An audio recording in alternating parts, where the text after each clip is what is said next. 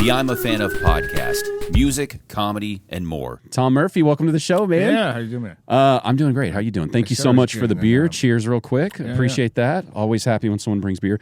But I was complimenting you on your punctuality, and you said comedy's the only thing you're on time for.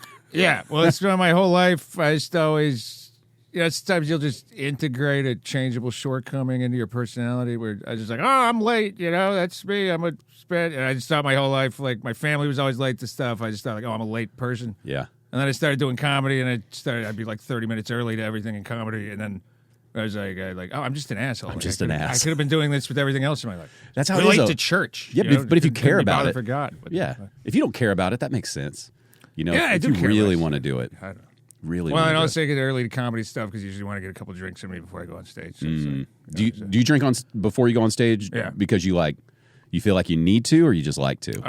But both. I guess. Really? How long have you been doing this? By the way, I want to get this out early because I don't want there being any gray area. I think you are so funny. Yeah, thank you.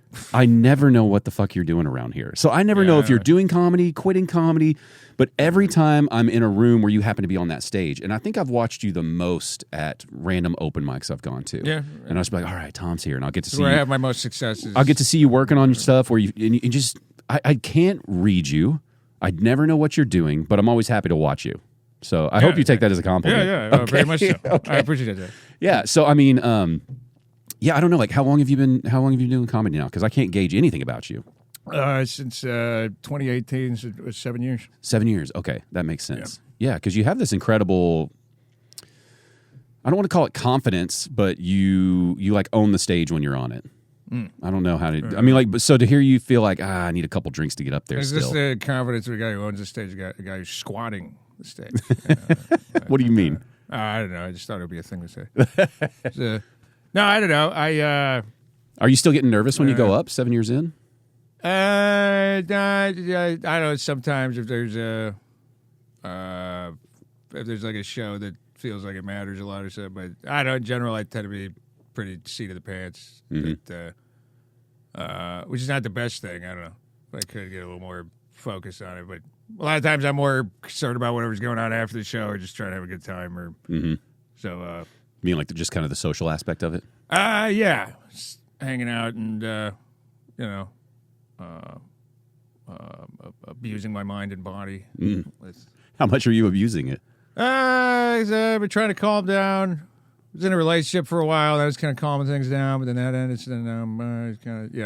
I don't know what the hell I'm doing. So out of the relationship, kind of going back on the wild side a little bit here. Yeah, huh? yes, I don't know.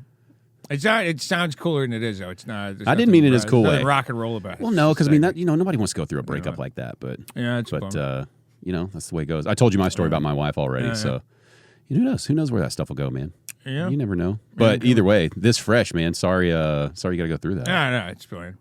It's I don't know. I had a relationship that was 7 years. Wow. And that wasn't this one. But that was. And that took 4 years to get over. 4 years. And, I think it has more to do with, though, just like, I don't know, if you don't have a lot of ladies as takers. Because it took 4 years to get over because it took 4 years for me to convince a woman to have coffee with me or something. So then, I was like, this is so bad. But you have a certain charisma. Don't you think you'd be... you think you'd be a little better at talking to the lady folk these days than maybe, 4 years ago? Or however long ago it was. Man, I've got a little. Well, I did figure out something you could do. There was always because the thing is, I have great charisma for I'm a Casanova of platonic male friendship. Of you airdrop me anywhere in America, I will find 5 guys who will want to hang out with me. I'm very good at that. But the women I always had hang-ups about just going up and talking to a woman. I feel like Harvey Weinstein just saying hello to a woman. I just got this block in my head. And I figured out over the past couple of years of you can literally just ask a woman's permission to hit on them. And a lot of them like it. They get a kick out of it. I haven't heard that. I've been out of the game for a minute, so... It's pretty good. I wish you asked to hit on them. I'll go up to one, you kind of bullshit for a second. I'll be like, oh, yeah, this weather in Texas, you don't know what's going on. And you do that thing. And then at some point... He's like, hey, so what I was wanting to do is I was going to try to hit on you. I was going to try to, do do that thing, maybe a little double entendre here and there, maybe that kind of thing. And you just like say it flat out, and then you'll get 1 or 2 reactions. They'll either laugh and be like, "Oh, look," or they'll look very uncomfortable. And then when they look very uncomfortable, you just do it. You're like, "Okay, I just saw that look on your face. You want me to leave, so I'm going to do that. I'm never going to speak to you again. I hope you have a great night." And then they end up laughing, and then you just walk away, and it's fine. Yeah, that seems good. What do you think the success rate is with that so far? Pretty low, but it's 100%. Just I've never weirded out a woman. Well, you weird them out for a split second, and then when once it's immediately clear, you're not going to bother them after that. Yeah, and and what's great about that is you clear the air of like if you think they might be interested, and you're sitting here trying to talk, trying to put a move on, and now it's just uncomfortable, and you've both wasted 20 minutes. Right. You get that. I like that, man. When did you start bringing that out? Just like a year or 2 ago. It's a smooth move. Maybe a year and a half, something like that. Yeah, man. I don't know what I would do. I got so lucky, man. We were just always like drinking at people's house parties or something, and it was I was pre-social media dating. So I think people were just more willing to talk and hang out and chat and kind of like test the waters with each other in general, like male, female, whatever. And it just felt a little easier. Now it seems like there's way more pressure. I don't know. Maybe not. Yeah. Well, and everybody. Like I watch people hitting on each other, and I think, oof, good luck out there. Good luck, Yeah, it's not a good time. It's us too. I think it used to be. It's like you'd live in your neighborhood or whatever. Mm-hmm. And then there'd be somebody, you have the neighborhood bar or whatever it is, and then it'd be like proximity found you a wife, where it's I think like, that's right, a lot. There's 5 guys on this block. I just got to be more charming than the other 4, and then I'll find somebody, and that's it. Or now, I think because of social media and stuff like you're talking about, it's like, I live off Galloway and Mesquite, and I'm having to compete with guys who live in Highland Park. Yeah, but chat with whoever, where it's like, because everybody's got access to everybody now, and everybody's got, where it's like, it's made things a lot. But don't you agree, though, that you're a comic, you're a wordsmith on stage. There's a certain allure from women when you're on stage doing well as a comic, right? That's true. But usually when I'm Are you not getting any of that when you're out there? Well, it's usually when I'm on stage doing well as a comic. But my whole act is basically an advertisement as to why no one should ever sleep with me or talk to me. Or yeah, you might have to. Like, that's most of my material. Is like, I'm an unfuckable mess. I don't know. I haven't seen your material in a while. I don't know. I haven't seen you in a while. Period. Because I think even when I messaged you, I was like, "Are you taking a break? What are you doing?" Part of it too is on social media. Fuck these algorithms. I just never like all these people that I follow, and I never see what they're doing unless I have to go look at your page and see if you got shows going on. But yeah, how much are you getting out there right now? Not a ton. I had a good, like 6 months ago. I was kind of in a good groove with it, getting booked a fair amount, and then. Kind of dried up the last few months. And then, I was in a relationship where I just, and it wasn't on her. She wasn't telling me not to go on stage or anything, but it was just kind of, ways where I just started prioritizing things different. So I wasn't going out as much, wasn't getting on the stage as much. And so now that's how we're trying to get more eggs back into that basket. And, I don't know, to give you a point of reference, I think maybe a month from now I have something. I don't have like anything in the books for the next month. I mean, are you wanting to do it more aggressively, or do you like this kind of dipping in and out? It's just I'm getting older where it's like, all right, what the hell am I doing? And I'm not like it's just my whole life. I've never like committed full bore to any one thing. Like comedy's the closest I've ever done with that, and even with comedy, it's. I also just hate like I don't know, just all the where it's like posting stuff. And all that stuff. I'm very like. I think when we first met, I don't know if you remember this, but I think it was when Nostalgia. Probably, yeah. This was like years ago. Yeah. Because that's near where I live. I like going to that Sunday open mic over there. All right, place great. But I remember meeting you. I think Arun introduced us. Yep, definitely. And it was, and I remember you being kind of there because at the time I wasn't on any social media. I wasn't on Facebook or Instagram or anything. And you were like, "So what do you do? How do you?" I was like, "I don't do anything." But I was like, I remember those being happier days because like I probably got booked less. But it's like everything just felt like whatever you're doing in that room, you weren't thinking about. What made you finally get on social media, though? Because I remember you being adamant that you didn't want to kind of deal with any of that. You know what I remember talking about when I met you is you had You were wearing a rock T-shirt. It was a really, really good classic rock. Shit, it's a joke in one of the Austin Powers movies. It'll come to me later. But anyway, I was like, oh, okay, he knows cool music because it wasn't like Rolling Stones or something. You know, it wasn't like a common. That's gonna drive me nuts. Anyway. Oh, the Beatles. Yeah. Yeah. You know that little unknown band. Anyway, but I remember you being very adamant. Like you're like, I like doing comedy. Don't want to do the social media stuff, and it was cool. But what made you decide like, okay, fine, I'll do it? You know, were you just trying to get booked more or what? Yeah, basically. And I don't know, just I had more people tell me that like they wanted to. Where I had people tell me like they'd book me for something, they'd be like, "Oh, I've been wanting to book you for a while, but I didn't know how to get a hold of you. I didn't know where to find you." Which because like people don't give out phone numbers nowadays as much. It's just like that's not a socially because everybody's on social media. So that's how people hit people up, and that's And so I remember the people out in Fort Worth that were running shows out there. They were trying to get like an open mic app running and up and going, but I don't know that ever took off. Oh, the one felt like maybe like Mic Maps or something. Maps, yeah, but I don't think it ever really caught much traction. I don't know. Is that Mana? Yeah, for a while. Yeah, I think she was big on it, and then I don't think you could like message people through that though. I don't know whatever happened to that. It just told you where the mics were. I just told you when it was like an interactive map where you could see like what to wear on what nights and all that type of stuff. Well, once you got on and you saw that you were able to use that and your bookings were increasing, was it still just a grind, like you hated every minute of it, or were you happy that you were getting more shows because of it? How did you feel about it? It was a combination. I mean, I definitely got more shows off of it, but then I don't know. I feel like just being tapped into that whole kind of hive mind of it. Like, I think. I don't know, I couldn't speak for everybody who does comedy, but like for me, I think it made me kind of I don't know, dumber comedy wise. Where like because you're getting exposed to all this stuff. Where it's like for one thing, it's like the same stuff is getting pumped out to everybody every day. Where it's like I don't know, I'm trying to think of one of the viral things is right now. All right, there's that clip of that guy yelling about sniz. You know what I'm talking about? Yeah. Where it's like that was all over the place. So then it's like, or even right now, we bring it. It's like you're seeing that, and so then it's like everybody's consuming that, and then that's in the ether, and then and so you start having thoughts that are more. Where it's like normally when I'd be doing stand up, it's like none of it would be connected. Whatever I'm seeing on a daily basis, if I'm not on the social media, it would just be, I watched. I don't know, Cool Hand Luke the night before, and then that made me think about something or whatever. You know what I mean? So it's like you're drawing off the same water as everybody else. Yeah. So maybe how about can't you just have the access to it somehow where you can reach out to the people booking shows, do that. Don't worry about playing any of the other social media stuff. Just worry about hey, I'm going to send a message or two to people.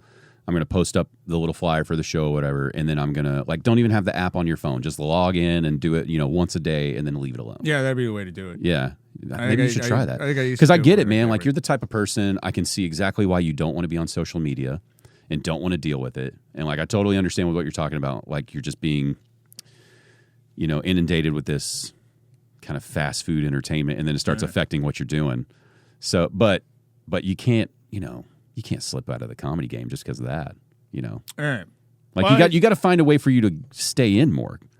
You're funnier than a lot of the people that get more work than you. No, thank you. I'm serious. So it really is like, okay, well, how do we get you to fit, even if you're like a janky puzzle piece, like how do we get you in the puzzle here where you can do your thing on stages and kind of grow that part of your career? Because I don't think the social media holds you back. We just got to figure out how do we get a hold of Tom to keep him in the rotation? Right. But let me ask you this. In a perfect world, what do you see your ideal comedy career being like? Like, what do you even want out of it? I mean, the most fantastical dream I would have, but it's like I'm not doing any of the things that you need to do to actually make this happen. It's but forget that. What is it, though? Yeah, it would be like if I could just work the road and make, if I could make, just like enough to, cover rent and everything, and I live pretty cheap. Mm-hmm. It's like, first of all, you seem like the type of guy who would love to get like a van and live out of the van while you're working the road. I mean, I'd have to be getting more road work to justify. Well, that. sure, Yeah, yeah. the idea of that wouldn't. That You know, like Tom doesn't Green's really- been doing that lately. Have you seen that? No, I didn't see. You know Tom Green, right? Yeah. Okay, yeah. No, he got a Sprinter van. He just travels around the country with him and his dog, goes to cool parks and places, and then in between he books comedy clubs. You know. Yeah. Now I know he's Tom Green and he can do that, but Yeah. well, why do you think you need to do to get the road work that you're not doing? I feel like you could get road work. Well, it's like I've got some good tape now. I didn't have any tape of myself for a long time. Now I've got some tapes. But it's like you like sending it around to clubs, just basically like, hey, here's my act, here's whatever, and trying to get bookings, like actively doing that. Mm-hmm. Where I've just always been like I'll even have people tell me like, oh hey, hit me up. I want to get Sean. When is it? But like hit me.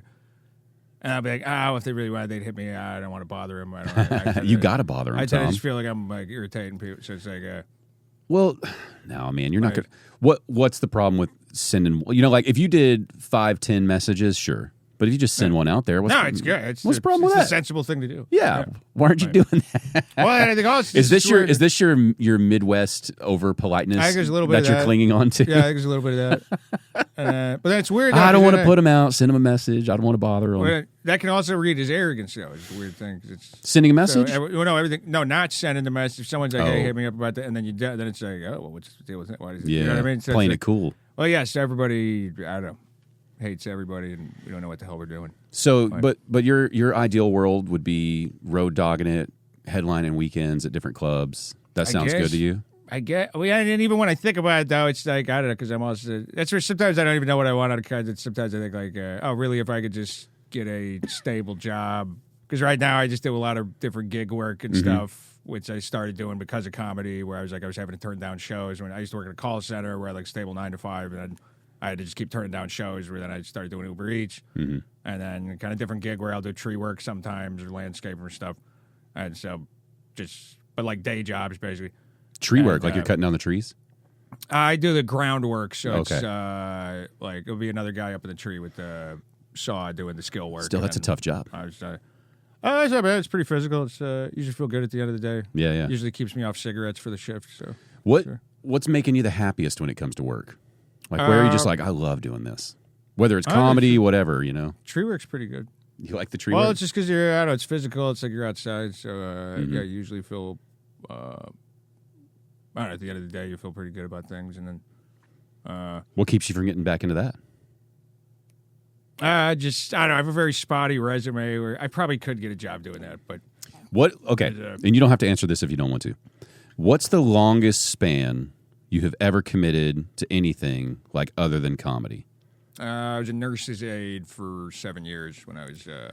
Okay, so that's not that spotty. 7 years doing something that's a commitment. That was a very different time in my life. I don't know. I was, What was different about that time than this time? I was younger, had a more. I don't know. I hadn't gotten off. It was before I started comedy, and then I don't know. After I started comedy, and then my 7-year relationship I was talking about that ended.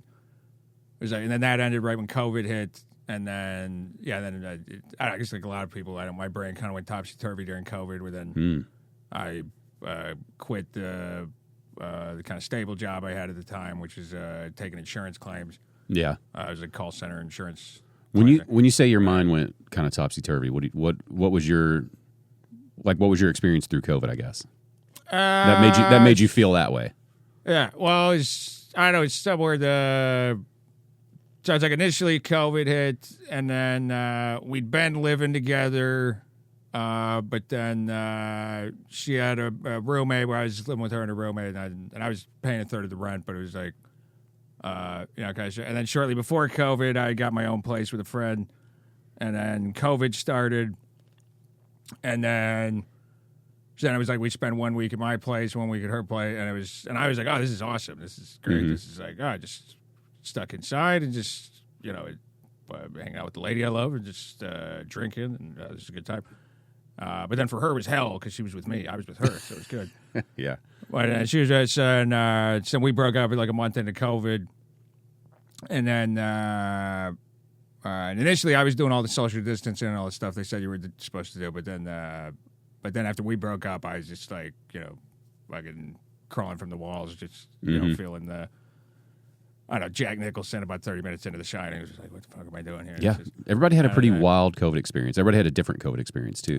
People seem to either break up or get married, I noticed. It was either people were stuck together and they were like, oh, what? This is horrible. I hate this. Or they were like, oh, wow, this is great. It's crazy to think that that's like 5 years old now. 5 years ago. Doesn't it still feel kind of recent? Yeah, it's... for me, I don't know, or like whenever people talk about like I mostly like old music where like to me I think of Nirvana as being like new music. Like anything that I was alive for, I think of as being like, that's what the kids are. Yeah, and then it breaks your heart when you find out it's being played on like the classic station now. Yeah. Or even beyond that, it's like Cupid Shuffle is considered old man music now, which is dude, I'm starting to reference movies to younger people, like coworkers and stuff. And I'm like, you know this? And they're like, I've never heard of that movie. And I'm like, okay. And it's not like there are people now who've never heard of, Pulp Fiction. Movies like that were just like, you haven't heard of that? Whether or not you like it, you've heard of it. Fight Club, movies that were just massive movies. And so it's like officially crossing into those older times, but it's all good. My kid shouts 6, 7 all the time. Yeah, I just found out about that. Yeah. I don't know what I found out about because I still don't understand what the hell. Don't worry about it. I kind of get it. Well, I get on the level. One kind of famous person said it, and then it's like the thing I could relate to the most. It was someone from my generation being like, it's kind of how we're always shouting Mike Jones. Oh, okay. It's like that. You don't have to worry. It doesn't make sense. We're just going to say it when it feels right. That kind of thing. But literally, if we're driving by a home with an address that starts with 6, 7, he'll start doing it. It's like, all right, man, cool. Y'all do whatever. Just try not to be old and grumpy. Yeah. But yeah. But sorry, we were talking about times changing, COVID, all that fun stuff. Either made or break you. But so that was like a life-changing era for you, huh? Well, then that's a lot of big changes. I doubled down on comedy and then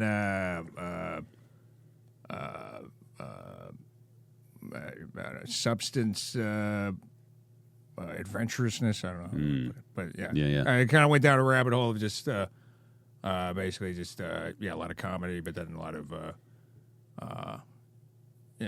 lock in the green room door. Gotcha. Yeah, I don't know. Was that one of making it sound way cooler? I wasn't even that many green rooms. The comedy was much less successful than the drug addiction was. The drug addiction was going gangbusters. Was the drug addiction a newer thing in your life? Had you gone through that before? I'd always been a kind of chemically inclined from the time I was a kid, but I just kind of went more kind of a little more deep end. Really? And I kind of lost my mind for a while. Like I was kind of in and out of some hospitals, and then I don't even know I should be talking about all this. I don't know. Well, whatever you're comfortable. Ask me when the thing started. Whatever you're comfortable with. But then I started steering it that way. Do you ever feel like have you worked with Lawrence Rosales ever? Yeah, I love Lawrence. I worked with him on his special, and like a big turning point for him. I don't know if you've got to watch his comedy lately, but like a big turning point for him was getting clean. And that was. I mean, it's not like he did it for comedy. He did it for other reasons. But I feel like his comedy has taken a new turn that's going to be really interesting. Because he even had a couple conversations where he did that special where he's talking about how a lot of his life went off the rails because of his upbringing, the challenges with his upbringing, his own challenges with anger and his own shortcomings of various things. And then, of course, his drug addiction, for him was crack and meth. And then he hit his version of rock bottom, and he was, he's past that now. And he was saying, like, okay, I want to get that recorded, get it out there, but I want to be done with it. That version of him, he's gone. And kind of like, I'm tired of being known as like the meth comic, and so his new material. You might have passed that mantle to me, honestly. Well, his new material. I've had less success with it than he has. Well, I asked that just to think like, well, have you thought about like, all right, I had my fun with it. Let me get rid of it now. Let's get into a new chapter of like, that was fun. Goodbye. Now I'm going to do this instead, whatever that is. Have you thought about that? Because I feel like there's a trope in comedy where, it's so cool to, be that person. But I don't know that it always necessarily makes the comedy that much funnier, Yeah.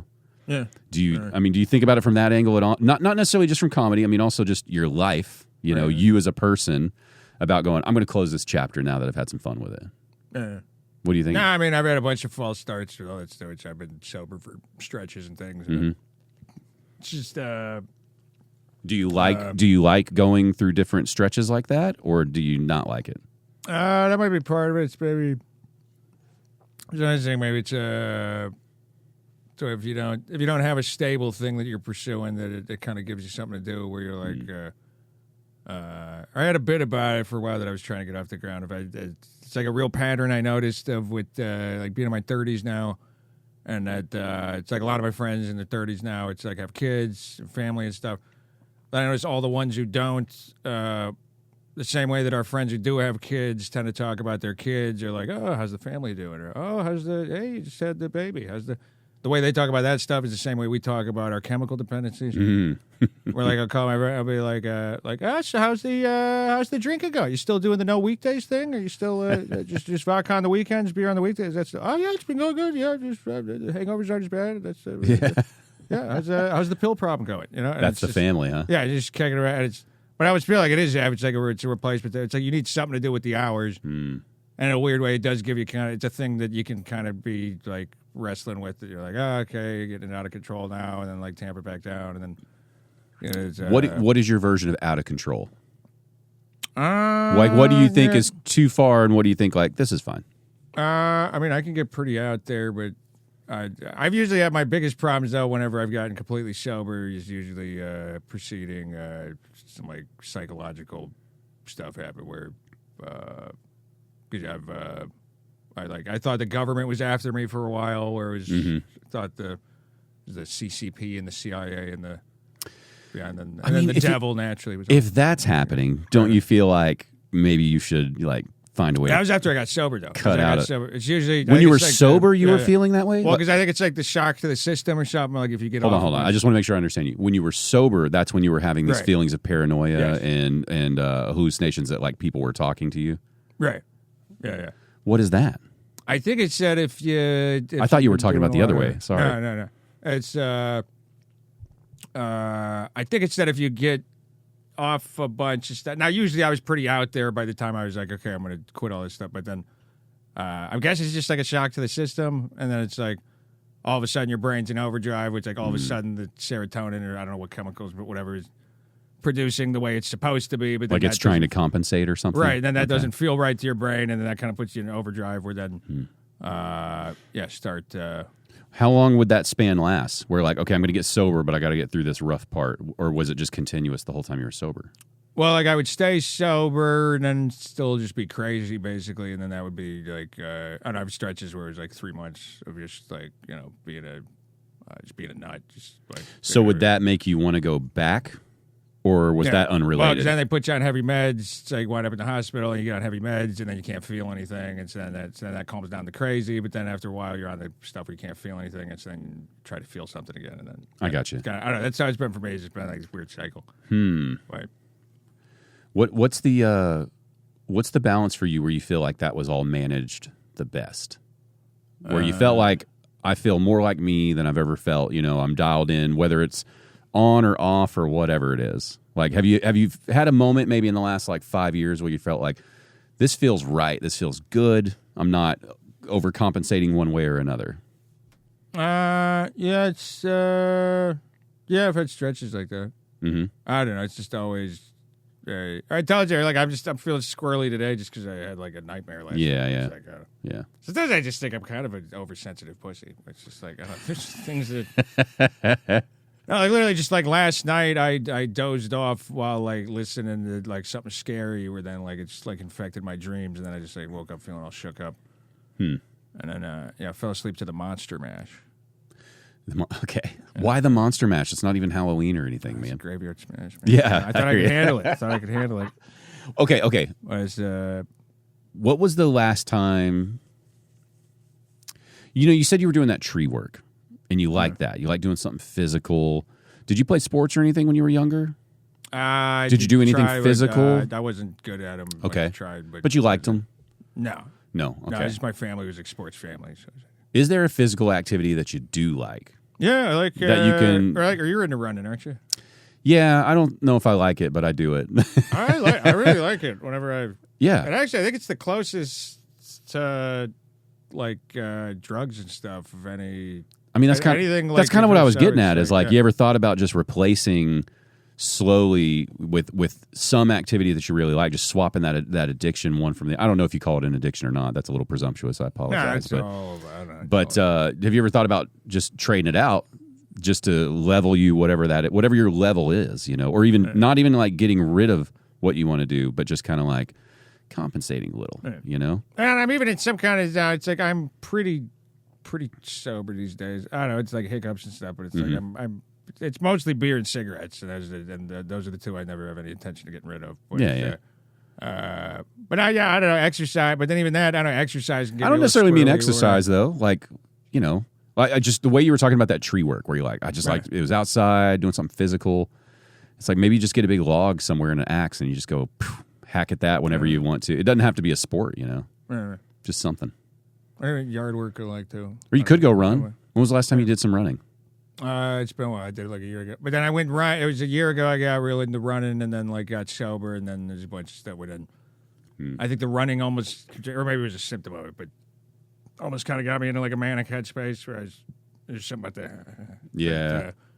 It's like you might be too alone with your thoughts when you're running. Like if you go on longer runs too. I think that's what I like about it though. You do? Yeah. Well, and years ago I used to run out there. It's like I like to live right off the DART station, and so then I would like get high and then get on the DART and then like just go to a random part of town and then just run for like 3 hours. Wow! So you can really run then. No, if you're all running. It was I'd run for 20 minutes, then I'd walk. But still, if you're out there doing it for 3 hours, you're getting some running. I think I got decent endurance, but like I'll get winded pretty fast if I'm running full speed.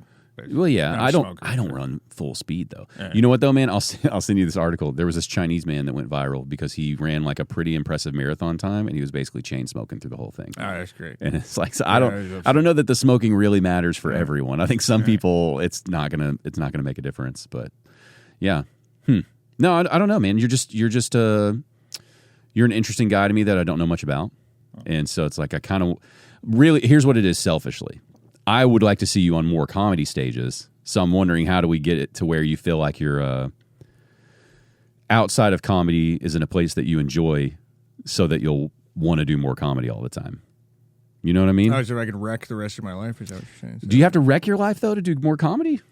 Oh, I thought you were saying so that I would hate the non-comedy of my life enough that I No. I mean so that you're happy enough and whatever your version of stable enough is to do more comedy consistently. Because like I said, you're funnier than a lot of people that get more work than you. And so, I would hate for you to like slip out of our little comedy world for no good reason anyway, But I don't know if you want to go deeper into the comedy world or not. I think it's something I don't know. A friend of mine said to me once. Sometimes too, it's just you get to a certain age where you're like, I don't know, the idea of like going in a different direction where you talk like you're 65 years old. What are you talking about? A certain age? Well, it's like I'm 33 and I haven't get out of here.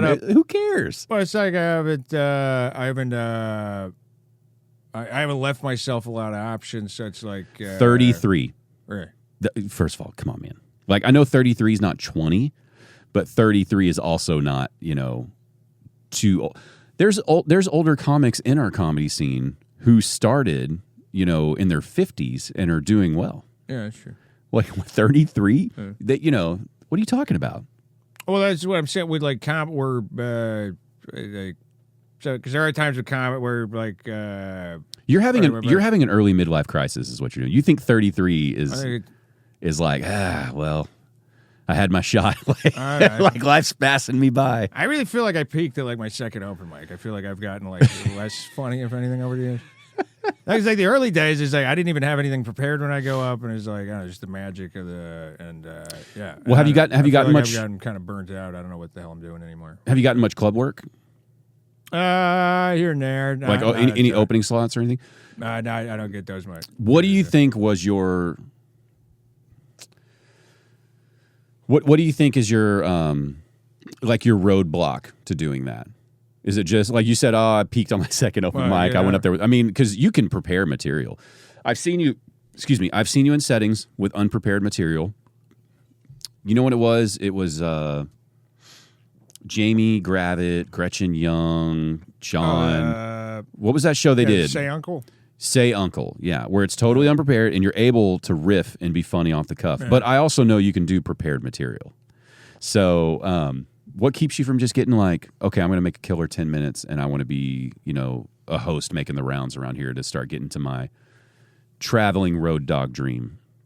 It's 10 minutes. You got 10 minutes. I know you got 10 minutes. Well, but not a reliable. All of my stuff tends to be very hit or miss. That because I've talked to, it's like there's been bookers locally who've told me that like they like what I do and stuff, but that like the thing that I did where it's like if you're like a regular opener and say Hyenas or well, you probably got to probably got to tighten it up and clean it up a little, right? Yeah. Okay. And most of my stuff's either filthy or it's me just yelling at the audience to give me pills or it's not a lot. Well, it's not. I'm not great like for like a date night comedian.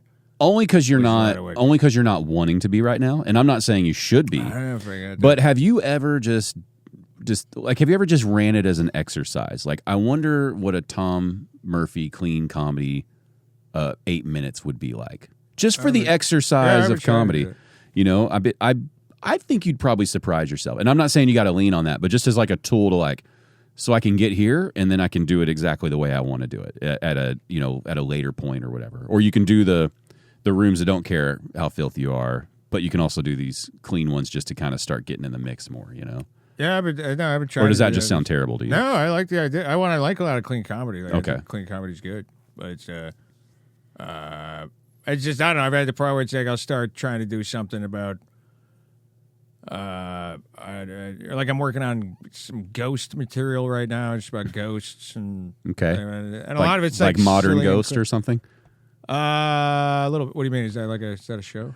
No. I mean like a ghost, like Ghost these days versus Ghost back then or something. A little bit. Well, like one day it was like I wonder if like ghosts change with the times. Yeah. Okay. It's like there's a ghost who like died during the Civil War, but then like they're still haunted. Are they like updating their views where they're like, gay people aren't that bad. Like I was haunting that one couple and they were cool. You know what I mean? Yeah. So it's just like silly stuff that is. But then I don't know. At some point, the ectoplasm turns into cum, and I'm turning it into a filthy thing. You know what I mean? Where it's sure. Like just, my brain tends to gravitate that way, which is not good. I don't think that's like a positive. I rarely recommend this because I don't know that it's a good path for everybody. But have you tried going like the Kill Tony route or anything? No, I was on there once. Yeah. Were you on there? Yeah. Oh, I can't believe I missed your spot. How did it go? It was, I did all right. It was Eleanor Kerrigan and Joe Rogan were on there. Yeah. Okay. And then did you have a good set? Yeah, it's of the episode I was on. I think I probably had the best one. It was like kind of like that, but yeah, I did okay. I didn't do like amazing, but. You're one of the few people I wonder if you're better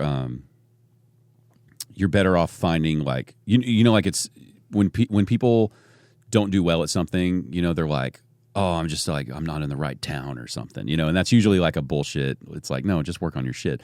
And I don't think you're in the wrong town, but I do wonder if like maybe you don't even worry about doing clubs or these things. You just go hardcore the other direction to these rooms that let you be as filthy as you want to be, just be totally yourself, you know what I mean? And just kind of, like, did you ever see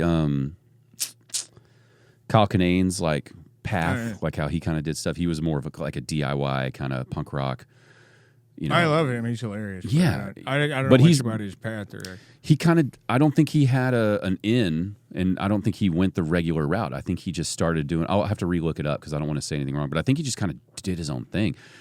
There's a couple comics that are cleaner. It doesn't really apply to this conversation too much, but Dustin Nickerson and Zoltan Kazis, they're both having a lot of success right now. And the first time I saw them, what's that place in Richardson that was doing like comedy shows sometimes? It's like a bar music venue that does some comedy shows. But anyway, during COVID, these guys are extremely funny, but I guess they weren't getting booked at clubs, and clubs were like, you're not ready or something. I don't know. They just couldn't get it.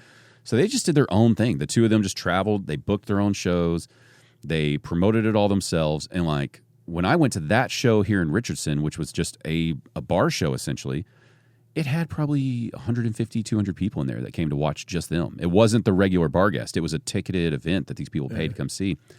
And now they're both releasing, comedy, like Zoltan just put out a new comedy special. He did it on YouTube, but when you go watch it, you're thinking like, man, this is like Netflix, Hulu caliber. I don't know why it's not there. But all that to say, just I don't think they went the regular route of, okay, let me work through host, feature, headliner. I think they just kind of started going, well, I know I'm funny. I like my stuff. I've got hustle. Let's just go do our shows. You know, maybe that's kind of your route, is you just find a couple other people who are kind of like-minded and you go, well, fuck waiting on the clubs to be a road dog. Let's just book up some shows and get out there and just do it. Because like with your gig work, can you do gig work when you're in like another state? I mean, can you just say, I'm in this area, I can work and make a little money? So you could do that. Well, then I could do Uber Eats, where it's you can do that. You can do that anywhere, right? You're not pretty much. I mean, there's some markets that, from what I understand, are very good for it. But. Okay, but you see, my point is like you could just kind of figure out these spots where instead of you trying to fit into these pieces that maybe you don't need to, maybe you just find your own puzzle and just start working on your path. Yeah, that also it's.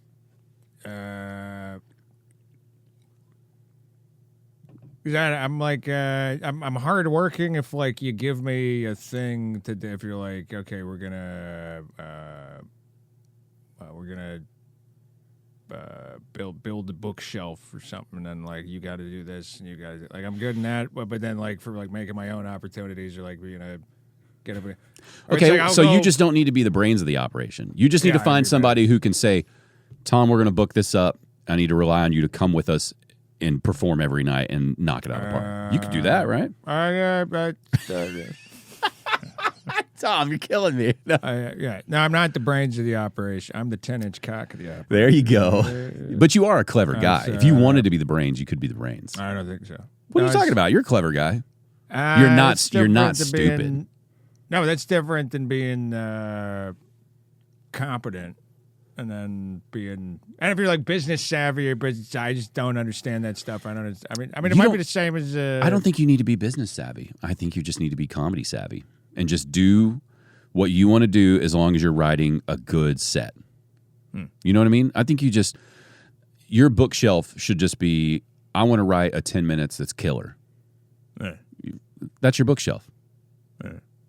I don't think you need to worry about it any deeper than that. And then just I need to write more about bookshelf. Yeah, give me that sweet bookshelf material. People have been waiting on that. That ectoplasm cum bookshelf. That's the fucking can't have goddamn cancel culture's trying to stop us from talking about Ottomans and the real issues. What's your favorite furniture comedy's been locked out, man? What's your favorite venue that you've been in that you've performed at that you really felt like, hell yeah, this is my kind of this is what I like being in? I really love the Cowabunga shows are great. There you go. That's and I've done it at a couple different venues. They're doing Fillmore now, but yeah, every place they've done it though, I've always felt like they just really know how to. Dude, I sing their praises on here all the time. Yeah. I think they're the best. I don't even know that you call it independent show anymore because it feels a little bigger than that. But they're the best at doing whatever that corner of comedy is right now. Yeah. But yeah, I would imagine you do really well on that, huh? I've done pretty. But the last one I was on is I met the girl who just broke up with me. So. Well, congratulations, but also condolences. Well, where do you feel like you're going to go from here? You can't just keep dipping in and out, Tom. Well, I don't know the area is super. Is there an Arby's near here? I was trying to act like I was going. Yeah, I don't know, man. I was just intentionally misunderstanding your question. Yeah, I know. just that quick wit you were talking about. But then I was trying to really think: is there an Arby's? I've never been. I don't even like Arby's. I've never been an Arby's eater. Yeah, and I do this know this area decently. There's a Jack in the Box right near here. They tore it down. I don't know if they tore down the Jack in the Box. I don't know if they rebuilt it or replaced it, but they tore it down. The one right over here off Gaston. Recently, they tore it down. Yeah. Like this past 6 months, they did heavy construction over there, and I don't know if it's still a Jack in the Box or not. I used to drive that way every day because my son's daycare was down by like Haskell, so I would go down Gaston every day to pick him up, and so I was driving by it all the time. But then he finally started kindergarten, so I don't drive that way anymore. Now he's going to a different school. But they were tearing it down. They did something there. All right, so you're talking about a great place to perform. Have you ever been to that balcony club over here? Yeah, you know about the balcony club? Yeah, that place is great. It's a great place. What I used to do when they did the open mic there, they would let I I think they might have stopped doing the mic entirely. I'm not sure. But they used to do, I think it was on Mondays or Tuesdays. They would let like 3 or 4 comics. You talking about for the music between, open mic? Yeah. Open mic that will show? Okay. They would let like a few comics go up between musicians, and yeah, it was great. As somewhere you had to basically treat it like it was a paid show, even though it was an open mic. It's like if you were up there just fucking around, like they'd cut the mic pretty quick. Yeah, because that's a great. Honestly, we've talked about that venue on this show before because, like, I had a musician on here recently that we were talking about that. It's this weird little tucked away place, but they have these great high standards, and you end up getting these incredible musicians in there, and it's a good place to just hang. You know, it feels like how a lot of bars felt 10 years ago. You know, where people are just in there drinking. You don't see a lot of people with their phones out fucking around. People are like enjoying the moment of the music or whatever's happening. Yeah, well, I loved. So you liked that kind of venue, huh? Yeah. That was a really good time. But I never bombed there, but that was only by great effort. Well, it's somewhere if you're going up between music. Like I've been on like music shows before, but where it's like it's not the quality that it is over there because it's just out of their house band is so damn good. Where it's like any kind of singer they had coming up there, it's like it would sound like you're at a paid show, and then so it's like you don't want to fuck that up if you're going up there to just talk about your bowel movements or whatever it might be. Sure, it's like where somebody just like literally spoke with the voice of God with their guitar and whatnot. Like before you, it's like you really want to. Music. I mean, I love music and comedy, the combination of it, but it's a tough combo. Like I know people have done it in the past where famous bands will have comedian openers, but I don't know that it ever really lands at like a music venue. But maybe it's something like the Balcony Club where it's smaller, it's more intimate. Maybe that is what makes it easier. I don't know. Yeah, I think that's part of it. Mm-hmm. Yeah, I know the bigger or I've been on shows where it's music, but it's outside. Yeah, it's tough. And then outside, it's just hell for comedy in general, where it's like that's tough. Yeah. Yeah, honestly, I daydream about opening a venue that does both, where we can have concerts and comedy different nights, but it's kind of set up where it's really great for both of them, like a really intimate music venue, but kind of a standard comedy size, One, to kind of take the pressure off of, we need comedy to pay these bills to keep the building open, but two, just I would love to have a concert one night and a comedy show the next night, and just kind of split it all together. But was it Jefferson Airplane on the T-shirt that you were wearing? Does that sound like you?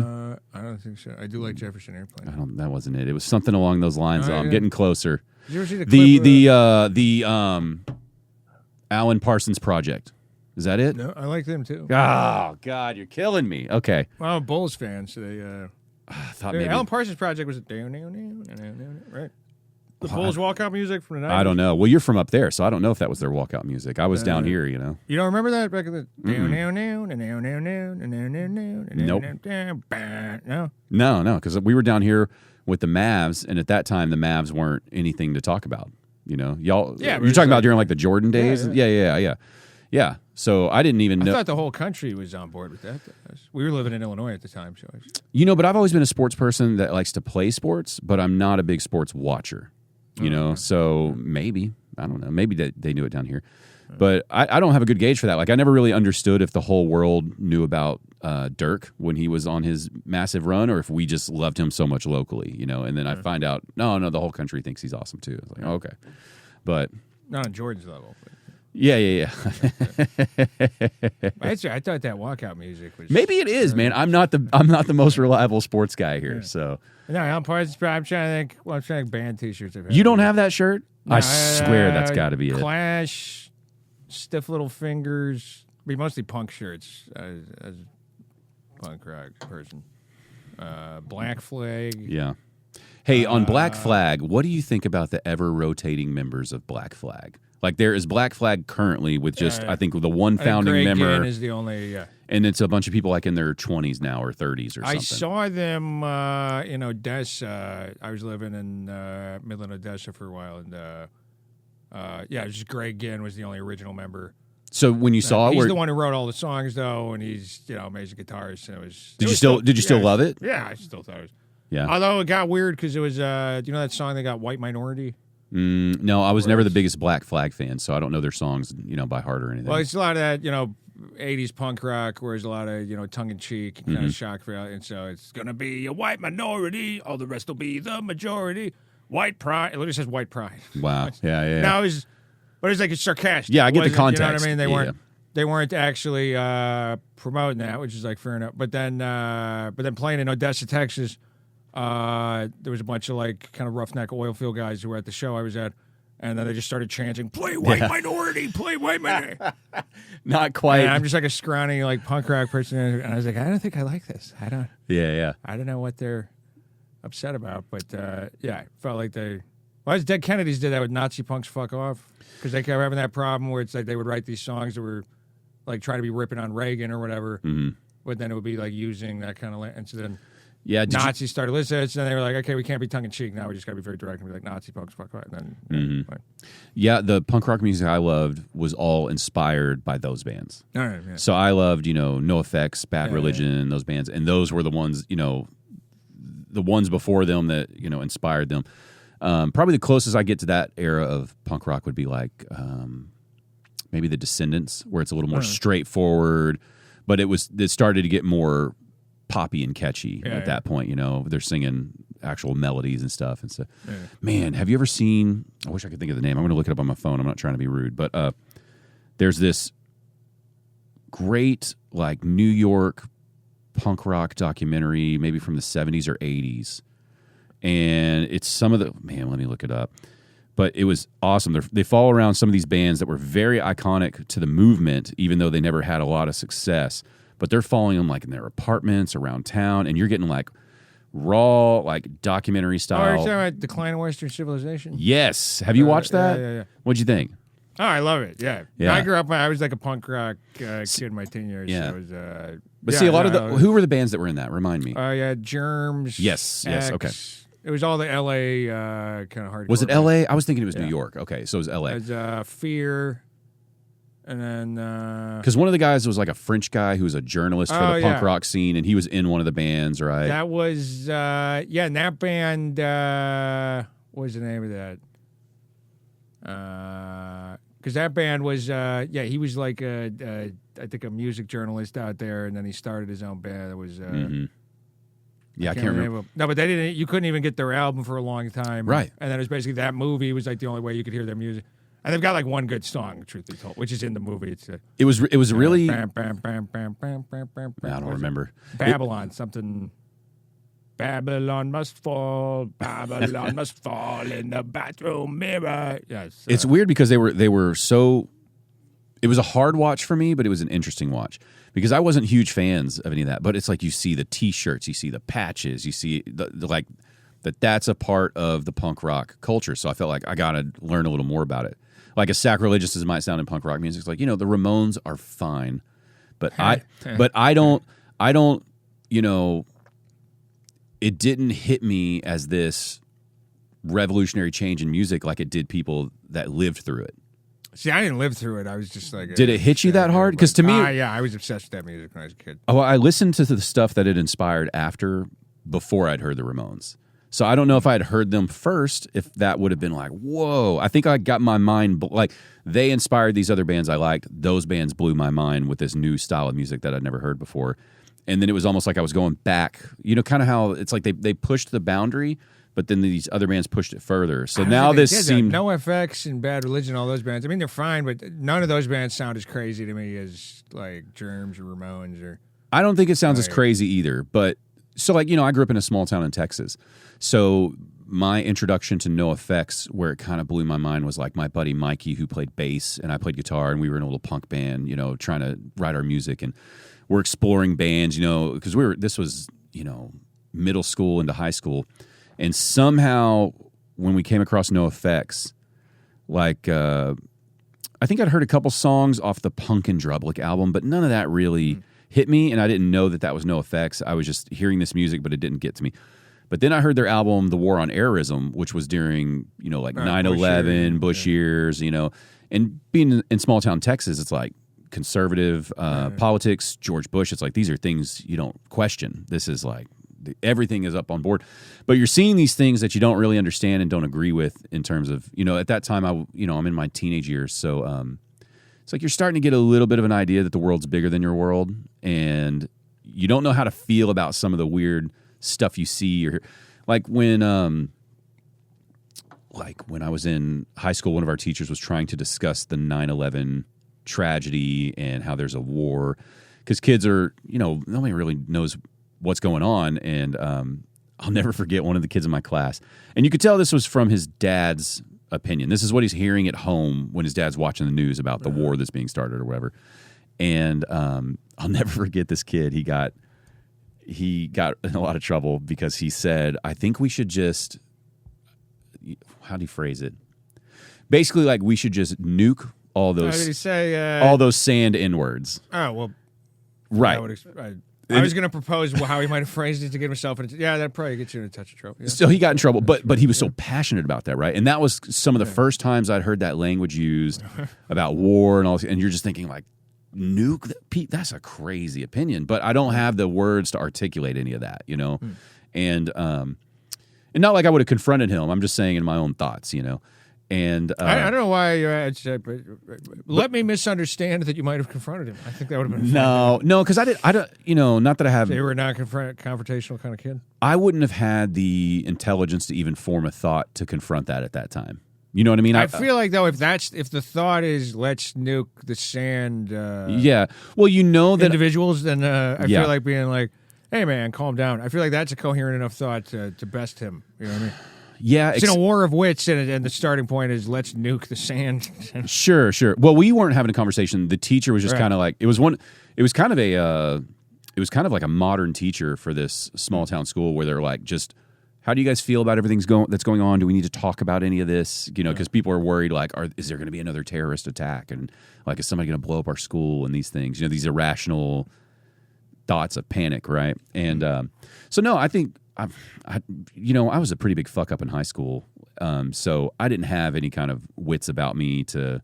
One, I knew that made me uncomfortable, but I didn't know necessarily what was making me uncomfortable other than that word, And it's like I didn't have the processing power yet to go, that's wrong, and here's why, and maybe you should view it from this way. I was just thinking like, that made me uncomfortable, but I don't know. I don't know what to express here. So you just stay to yourself. And then you hear that stuff all around your town. Like you're at the gas station, you hear more words like that, more opinions about political issues like that, But No Effects, seeing that album, I don't know how you're familiar with it, but it's like a cartoonish cover. And when you open it, it's got George Bush with like clown makeup on. And it says, somewhere in Texas, there's a village missing its idiot. And the songs were... There were a couple silly songs, but overall the songs were very like well written musically. They're playing things that are more challenging than maybe that previous era of punk rock music. Like I'm listening to these guitar parts as a guitar player, going like, "Oh, these are pretty cool. I got to learn this." And then lyrically, Fat Mike, the lead singer, is a very kind of witty, punny kind of guy, and he's writing these like it's almost like he's roasting. Doing a roast battle of George Bush and politics and American government. And so these were just like, holy shit, this guy's putting into words at least close to what I feel, And then that was the very like eye-opening moment of like, okay, this is what I needed to see how much bigger the world is and how much broader people's opinions are. So I think that was such a big moment for me with punk rock music and just how I view things socially and kind of that veil pulled off of your eyes moment about a lot of the world. That previous music that inspired all that, it just didn't do that for me, But I see people so passionate about it. It's like they had that moment with that music first, and that's why the music that I liked, I don't think they resonated with as much. It's like they already had that moment. Like you already had that moment with those other bands. These newer bands are kind of imitations of that at this point, Yeah, I just feel like a jackass though. Like I don't. I think it's just some kind of right. I think about because people tend to assume I'm either like 15 or 50. But like I've got some in my eyes is like childlike, but then I'm like kind of like old timey, old soul, whatever in a lot of ways. And then I don't know with music. That's the Midwest part of you, man. Maybe I don't know, but like with music, especially like anytime it's like contemporary young people music. I have to like fight this thing in my brain that's always going like, they think they're so cool. Like it's just where like if it's someone who's been dead for a long time, I'm like, man, they were cool, man. They're dead now. Like it's Yeah. right. That's I think a lot of families. I think it's maybe a human thing, but like I remember with my grandma, it was like the greatest thing you could do for the family is die. If you're dead, like you're a hero. If you're dead, it's like your cousin. It's like you know what I mean? Yeah. Where it's like young people.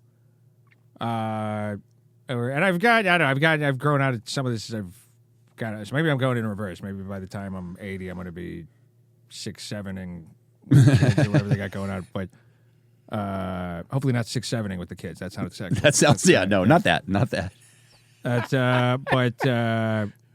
But that I don't know. I was and then we moved around a lot, so it was like I was always kind of like alone and like a lot of schools I was in. So I think I just like I'd see young people doing young people stuff. I was kind of like, fuck, that's stupid shit. Like I know the real stuff is Iggy Pop back in the and that guy's a monster. I don't know if you know about that. No, what's he doing?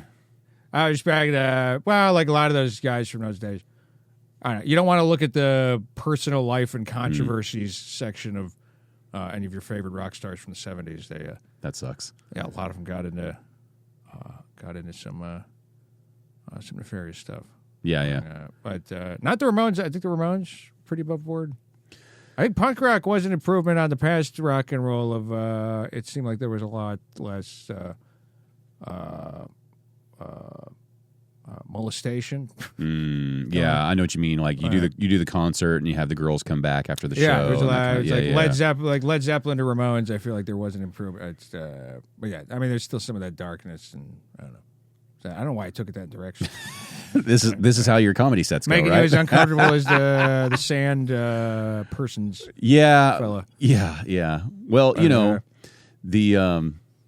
Ramones. I remember watching. There was some documentary I watched about them. And it's like, so the respect is there. Like, I massively respect them. But I'm definitely one of those, like, I know the hits. I don't know anything deeper than that. And, I don't pretend to be, like, this mega fan or anything. But I do appreciate it. It's like, without them, I don't know that all the music I love would have made it into the zeitgeist. I don't think it would have been written. They inspired so much. And then, again, in those documentaries, you see some of the bands that I love talking about the impact that the Ramones had on them, where they're talking about, when I went to the show, I couldn't believe people were playing that fast. I wanted to hold my guitar like them. Like, it was just, nothing was like this. So I do get it. I get it from that aspect. But, when you turn something on and it just hits you, and you're just like, I love this song. They've just never done that to me, and so that sucks. But there's a lot of other music that does that. So it's just what you like. It's kind of like even the Ramones. Do you remember the first album that you liked of them? Yeah, I mean, it was the first one, but yeah. But it kind of. I think I got a greatest hits. I think it was Ramones Mania. I had on CD, and then because a lot of bands too, it's like your favorite album might be the first one you ever heard, even if that's not the first one they released, and you kind of compare all the albums to that one. Because that was the first time they blew your mind, and comedy's the same way. It's like my favorite Bill Burr special is an older one. It was, and it's not because like, his old stuff was better. It's like, no, I didn't know his, I didn't know his shtick. I didn't know his cadence. I didn't know his style at all. So it was so mind blowing to learn about him. Now I kind of know a little bit of what's coming. So I don't think it'll, even if it's funnier, it'll never beat that, you know? And so I think music's the same way. Where you were talking about young people when you were watching the decline of Western civilization, did you ever sit back and think like, Jesus, they're so fucking young. They're so I was a kid young. when I saw it, so it was like I was watching that thing where. See, I saw it like 3 years ago. Oh, okay. So I'm just like, I think I rewatched. They're so fucking young, living that life. People still seem older to me though, even if I don't know. It's like. Just the fact that someone's face is on a screen, I think of them as being, or like it's still like when I watch, it's like I'm a person who just kind of rewatches The Sopranos over and over again. Yeah. And it's like when I'm rewatching The Sopranos, like it'll click with me of like, oh wait, fuck, am I older than Christopher now? Like, but it doesn't feel that, or even like Meadow, who clearly I'm older than. It's like Meadow's in high school in the first season, but it's like I still feel like she's older than me in some weird kind of way because it's like when I saw it, I was 15 or whatever. So it's like That's the thing where you kind of stay in. You revert back. Yeah, and that I don't know. With the Ramones, it's something that I think in the later punk bands you're talking about, like NoFX and stuff, that I think might have gotten lost in punk rock is I feel like punk rock bands started seeming like cooler guys. Where like when I would see like pictures of NoFX, I'd be like, oh, those would be like the cool punk, you know what I mean? Where it's like the Ramones, I just remember feeling when I was a kid and I first found out the Ramones, they're just like singing about sniffing glue and stuff. I remember thinking like, oh, these would have been like dweebs like I am. Like these are just like kind of like off kilter, like, and then just Joey looks like, I don't know, he looks like he's like trying to squeeze into that compactor in Star Wars, and he just looks so uncomfortable in his own body in every photograph. They're like more relatable for a lot of yeah. A lot I of remember people. as a kid being like, and that's the front man is like this guy going like this, like it just. I feel like that got lost in a lot of the later stuff where it started seeming more kind of. And I don't know. The Ramones were stylized too. I mean, they were in the fucking leather jackets. I would love to ask those guys about it. Not the Ramones, but the people that came after. If they connected with that identity, just like you talked about, you know, if they felt that way. But then because they had their group, you know, like they found these dweeby punk rock people that like they're like me. We can go to these shows. That then they felt cooler, and that's why it seemed like they were. You know what I mean? Yeah, it turned it. I think that is what happens with punk rock. It's my experience. Like I was a punk rock kid in high school, and it's I don't know. Were you like a punk rock kid? Like no, in high school. So punk rock came at the very end of high school and right after high school. In high school, what was my big? It was like nu metal, like gothy kind of stuff. You know, because again, it's kind of like your friends who show you the music out there. You know, it's like so. Like when I was first learning guitar, it was all, you know, classic rock, Metallica, things like that, you know. And then later in high school, when I met my friend Mikey who played bass, he was into some of this nu metal stuff. So he was showing me, you know, that's when I'm learning about Korn, Limp Bizkit, Marilyn Manson. And then that drifted into like 311 territory and just all that. To me, I was always fascinated with the guitar stuff. Like the nu metal stuff blew my mind that they were playing 7-string guitars with different tuning. And then it's like you kind of go through that phase. And but I never, honestly, with every little phase, I never felt like I fully identified with the group that loved that. I've always felt like I'm just in between these different spots. Like I like these things, but I'm not full in. So that's probably part of the reason I would never really identify with like that previous punk rock world you're talking about is I would probably like all those people. I'd be into it. I'd go to a show with them, but I don't think I ever would fully relate, you know? And then the same way with like the nu metal crowd and then the more modern punk rock stuff that I listen to. It's like, yeah, I don't feel like wearing a leather jacket and like a bullet belt in these things. I just like the music, you know? So even at concerts, it's like I'd be there in like my jeans and, you know, like a plaid shirt or something, and it's like I know every lyric to the song and I'm singing with you, but you feel out of place. And so it's like I always felt like especially that more modern punk rock stuff, I always felt like, oh, how like look at all these people conforming to non-conformity. You know what I mean, that kind of stuff. It's like, oh, we're shouting all these things, but then it reaches a level where I always felt like I loved the message of the songs. I liked what was being put out there. But then I wondered if a lot of the, kind of like religion, it's like a lot of the followers, it's like a bunch of y'all are like full of shit though. You know, like a bunch of you, like you learn about like those punk rock philosophies, you know, whatever you kind of consider those. There's different generations of that, I guess, too. Because some people think punk rock's more like nihilism, anarchy, I don't give a shit. And then I've always felt it was more, you know, like you could use this to like change opinions and make better people. But then you see a lot of the fans, it's a lot of like superficial philosophies that way. They're not really deep thinkers of things. And like the band who wrote it might be, or the singer who wrote it might be, but a lot of the fans, it's like they just like shouting that chorus, and it's like, okay, well, that's fine. I mean, that's fine. You're not causing any problems, but I just never fully identified with any of those groups of music, you know. Or I knew a guy who he was in a punk scene in a town in Texas, and he was saying there was this crush punk band that came through town, and it's like all their lyrics are all about, and they're fairly big in like crush punk. But it's like all their lyrics are all like, it's all about squatting and and fuck the state, whatever. Yeah. And then they said apparently there was a friend of his had like a couch with a lot of bands, and they would come through and crash on. And so he told them like, "Oh yeah, you guys can crash my place." And they showed up, and they said apparently they were like bitching about that they didn't have beds, and that they didn't have. That's what I mean. They were like expecting that this was going to be like some punk kid with rich parents that they could go and like stay at the. And then it wasn't that, and then they were like, well, this is, we were really expecting a Keurig. And they were like upset. And there's a lot of that. I think some of that might be too, though, it's like if you get into, it's like if you start making a living off of your music, and then the way you're making that living is that's your whole shtick, and then maybe your views on that stuff change or your values change. Or it's like, maybe at some point you have a wife and kids, and then it's like, but you're still, to make your mortgage or whatever, you're going out to yell at a bunch of teenagers about fuck the government, live in a trash can, whatever.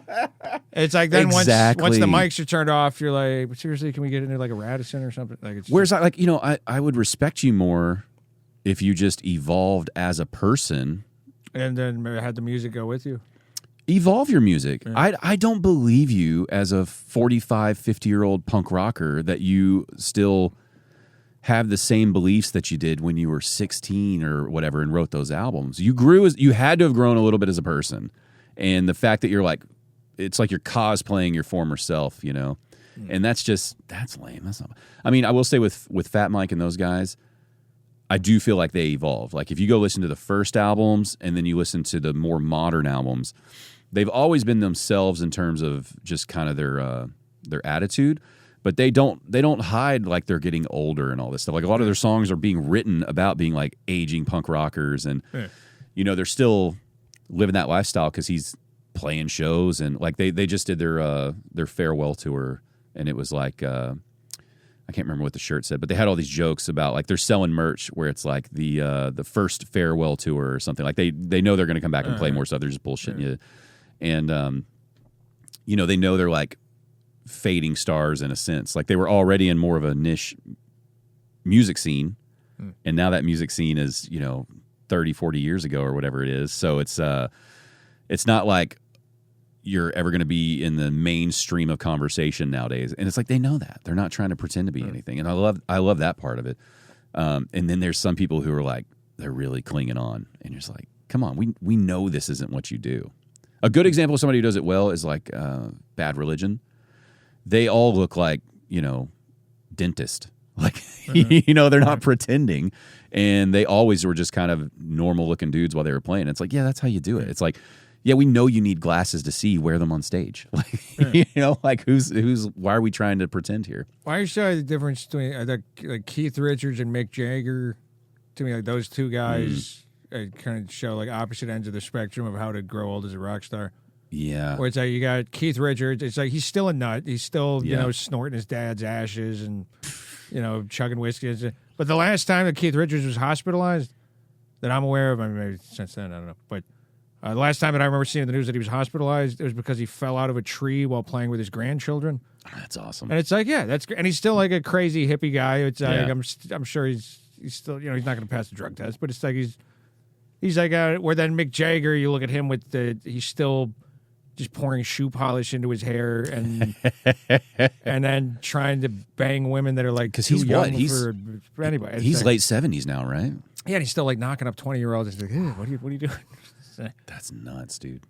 I mean, I guess good for you. He might just be artificially inseminating them just to keep the cred up or something. It's like he's not even. It's like, I'm exhausted. I'll have some cum in the fridge if you could. Take care of it yourself. Get the turkey base. Just I haven't been in the headlines in a while. It's very rock and roll. But see, even hitting your 30s, it's like I'm already getting where it's like, your sex drive starts dropping pretty precipitously. You think so? Yeah, for me. So once you get up at 70, and those guys have been drinking and doing drugs their whole lives. It's like I feel like it calms down quite a bit after. Yeah, I don't know. I feel like I peaked in fifth grade. I was at my most like. I don't know. I got to talk to more guys about that and see, like, maybe it goes in cycles. You know what I mean? I do think that drive. To me, it feels like it's got to be correlated to how you feel like your life's going right now. Like, I think if you feel good about your situation, you're happy with the way things are going, I think that's probably more. And then I think if you're feeling down about your situation, like work, money, social stuff, whatever it may be, then I think I could see that the being drive lower. goes down. I could see, yeah, because it's just like maybe another form of depression. You know, I think don't know. it can go the opposite way too, though. Where sometimes I think like because that's where like with Mick Jagger, it's like the fact that Mick Jagger is still, banging women in their 20s. Yeah, but think It's about like it. that tells me that he's not happy with the other things. It's like what do you do? It's like when you're 70 years old and you're still like, yeah, I need that. It's like It's that's, weird. That's an odd. It's weird to want to have a baby at that age. But like if he was with a more age appropriate woman and he had And that, he was having a nice. because I mean, think about it. If you're him, you're rich, right? Which I don't mean from the sense of like my goal was to be rich. I just mean you have no worries about finances, right? He doesn't have to think about money. So, he doesn't even have to spend sensibly. He can spend crazy and he doesn't have to worry about money. So that alone takes a ton of the stress off your plate, right? That might like kill your libido. And then imagine you just played, a sold out 50,000 seat show where they all think you're rock gods, I would think when you come off stage from that, you probably got a pretty high sex drive. I would think you'd come off that just being like, where's my woman? I guess I've never done that. So We haven't experienced that, but I'm saying like, what like, I don't, after any of those runs or like when you were talking about doing the tree work, it's like you never had a day where it was just like things went well and you just felt like physically kind of dominant. We went from fucking Mick Jagger at Madison Square Garden. I did a really good job picking up some brush. And, that foliage really was looking after I got done with it. What I mean... I was like, I really need to fuck something now because I really deserve it after... You never had like a physical achievement or maybe not a physical one, but just like an accomplishment. I mean, the one time I achieved... Something that happened where you're like, I feel like I'm the man right now. No, the one time I achieved an erection, I was pretty horny. I was like, I deserve sex after this. It only happened once, but... No one was up for it either. No, come on. I refuse to. You got to give me a moment. No, I don't think if I'm like. What was a moment? I think it's only like if I'm. Or sorry, what did you say? What was a moment where you thought like this was amazing? Like you did something, you experienced something where you're just like this was incredible, and I feel like I could do anything right now. I've had like great sets like that, and I've had, but I don't think it like makes me horny though. Yeah, but imagine your great set now in front of 10,000 people at an arena. You don't think that'll hit you a little bit? You don't think you come off that stage going... I think there's a certain amount of biology you got where it's just like, I don't know, your brain and body probably knows that like, okay, there was 10,000 people out there. Probably one of them was like, maybe I'll fuck that guy later. Like that would be in your head. But I don't think it would like create a... And I mean, the thing that I guess I'm a romantic here, but the thing that gets me the most like geared up, and I was just like, if I'm like really keen on somebody, where I'm like, well, yeah. But then that's, now, and also I think now it imagine also okay, but imagine you have that person you're keen on, and then side stage when you come off of that amazing show. That'd you be just cool. go. That'd be cool. You would be like, hey guys, I'm going to see y'all later. I'm not hanging out in the green room tonight, and we're taking off, right? And you go, yeah. That's what I mean. I think That'd be cool, but I think that's what I mean. Like if you are having wins of any kind, that I think that makes you feel better, and then that part of you doesn't struggle, But then also, I think unless you have a real problem, like a real biological issue of some kind, I think it can also, though, if you're not doing good in life, if you're and I have some experience with this, things aren't going as the person you're interested would probably like them to be going. That kind of takes things up a notch in the bedroom because then you're like, I have to prove myself. I have to be worth something in this relationship. And you're like, all right, lost the job, fucking didn't get booked on that thing. I took them to the show. They saw me bomb. Now this is... I got to remind them why they're sticking around. Yeah, they saw me fuck up that tight five, so now I've got to do a... Fear-based. Yeah. I think that... I'm not disagreeing with you. Hard for me. I feel I'm like not disagreeing with you. I think you're dead on there. when I get the sense that that somebody's maybe going to leave me, I think I give them my best in the physical domain. Usually doesn't work. My best is not, okay, so we know that the effort goes up quite a bit. So we know the effort's going up, but the strategy's not solid. it's not working. Nah, I need to go back to the war room and kind of Yeah. So. Well, I'm glad we could talk about what makes you so horny, but I'm glad we really figured. I didn't know we were going to go this route tonight. Yeah, but I mean, honestly, you're Mick Jagger. You would get why he still has high sex drive. Not really. Do you think Hugh Hefner had high sex drive, or do you think he just? I don't know what the hell that guy was about. That guy, to me, something about like Mick Jagger's up there dancing still. I think he works out every day so that he can like do his moves as a 170-year-old on stage. Yeah, no, I've seen him working out in front of car dealerships. That's what he's doing up there. He's all over town. She looks so silly. But whereas Keith like, Richards looks awesome. She's smoking a cigarette. Fucking bip bip bip. Keith Richard looks to me like he doesn't care about sex at all. He's just living life It's now. way cooler. Yeah. I feel like I think I that's get what what you you're wanna saying. get. Yeah. I think like unless you're like still. I don't know. I mean, if you're like in love with somebody, it's like there's something nice about that. If it's like two 70-year-olds like still banging, Sure. But yeah, it's sweet. Him, I could see him reaching this point now where he's like backstage with a guitar, hanging out with some people who are talking about guitar or whatever, and then like some hot woman comes back and is trying to make a move, and he's like, "Nah, I'm out of that phase. I don't do that anymore." Yeah, which is way cooler. That's way cooler to me. Yeah, if you want to hang out, we're all hanging out. Maybe because I grew up Catholic, but like the coolest thing in the world to me is like a guy turning down sex. Be like, no. I've done it a couple of times. You got, man, so that's like... Couple of times. And I've only had like 3 opportunities. So 2 out of 3 times, I've been like, no, miss. Yeah. No, that'll put a charge in your step. If you're in a relationship and then someone makes a pass at you or like comes on you in some kind of way. You mean then that's not in the relationship, you mean? Right. Okay, yeah. But then you're happily in the relationship. Yeah. And then if you've ever had it where like you just have this feeling of like oh god, like over you're like and it's an attractive person, but you're like, oh, I would never even, and it's like you don't even have any interest, and then you realize and you're like, oh wow, I really love this person. Oh, this is great, and then you just like go home and then you can tell them like, hey, this lady earlier, I turned somebody down. Interest at all, but you, man, and then you don't even end up fucking because you've been together too long, and so then you just then you get in a fight about it somehow. Maybe that can happen too. That is one of the weird things with serious relationships, though, is you never get hit on more than when you're already taken. You know what I mean? Yeah, it's like when I'm single, it's like nobody's hitting on me, nobody's like talking to me. But especially now that I'm married, it's like when you have a ring on your finger, and I guess you're not a threat, or I think some. Well, you've already been vouched for. It's like, yeah, somebody. And I'm not saying I'm not saying any women of character do this, but women will like. I think they view it as like a challenge now or something. Like, ooh, could I take that woman's man? If I wanted to or something. And so it's like you get hit on more, but it's also not flattering because you're like, I don't think you're into me. I think you're into the challenge. It's like. And then also you're just like, yeah, I'm very happy with this person though. Like, can you just shoo? Can you get away?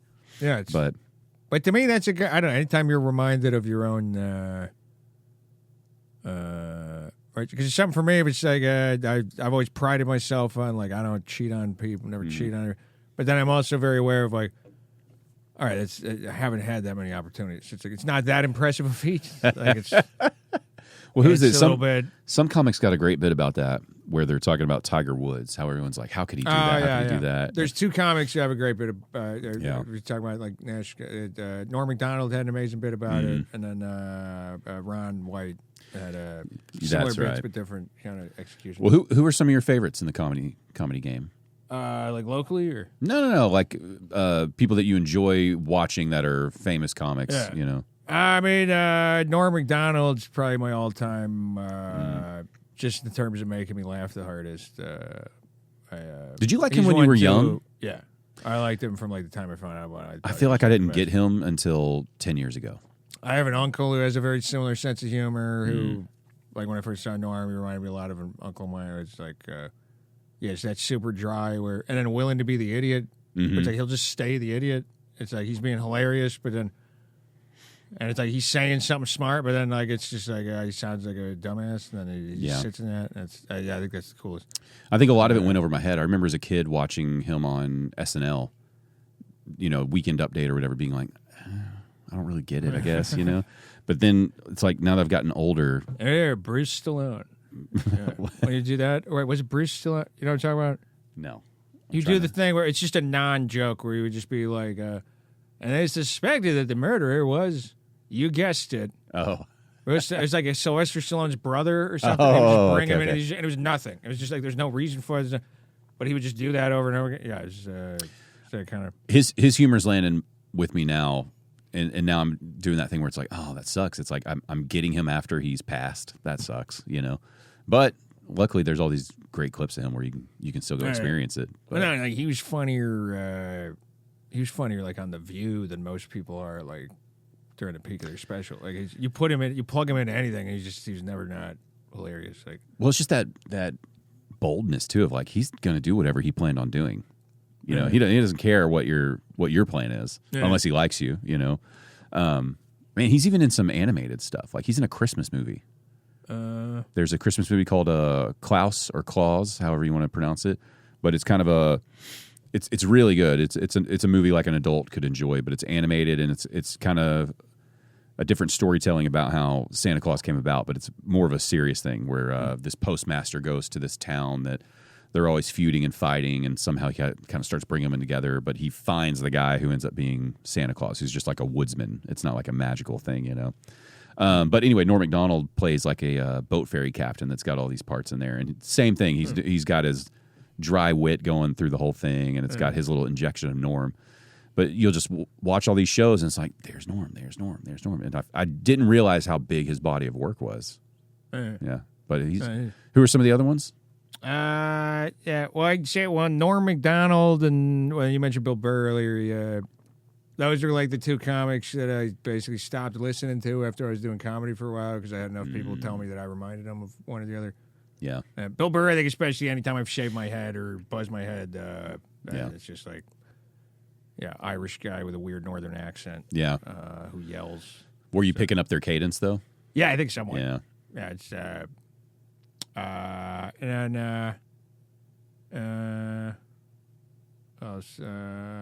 then Louis C.K., Chris Rock.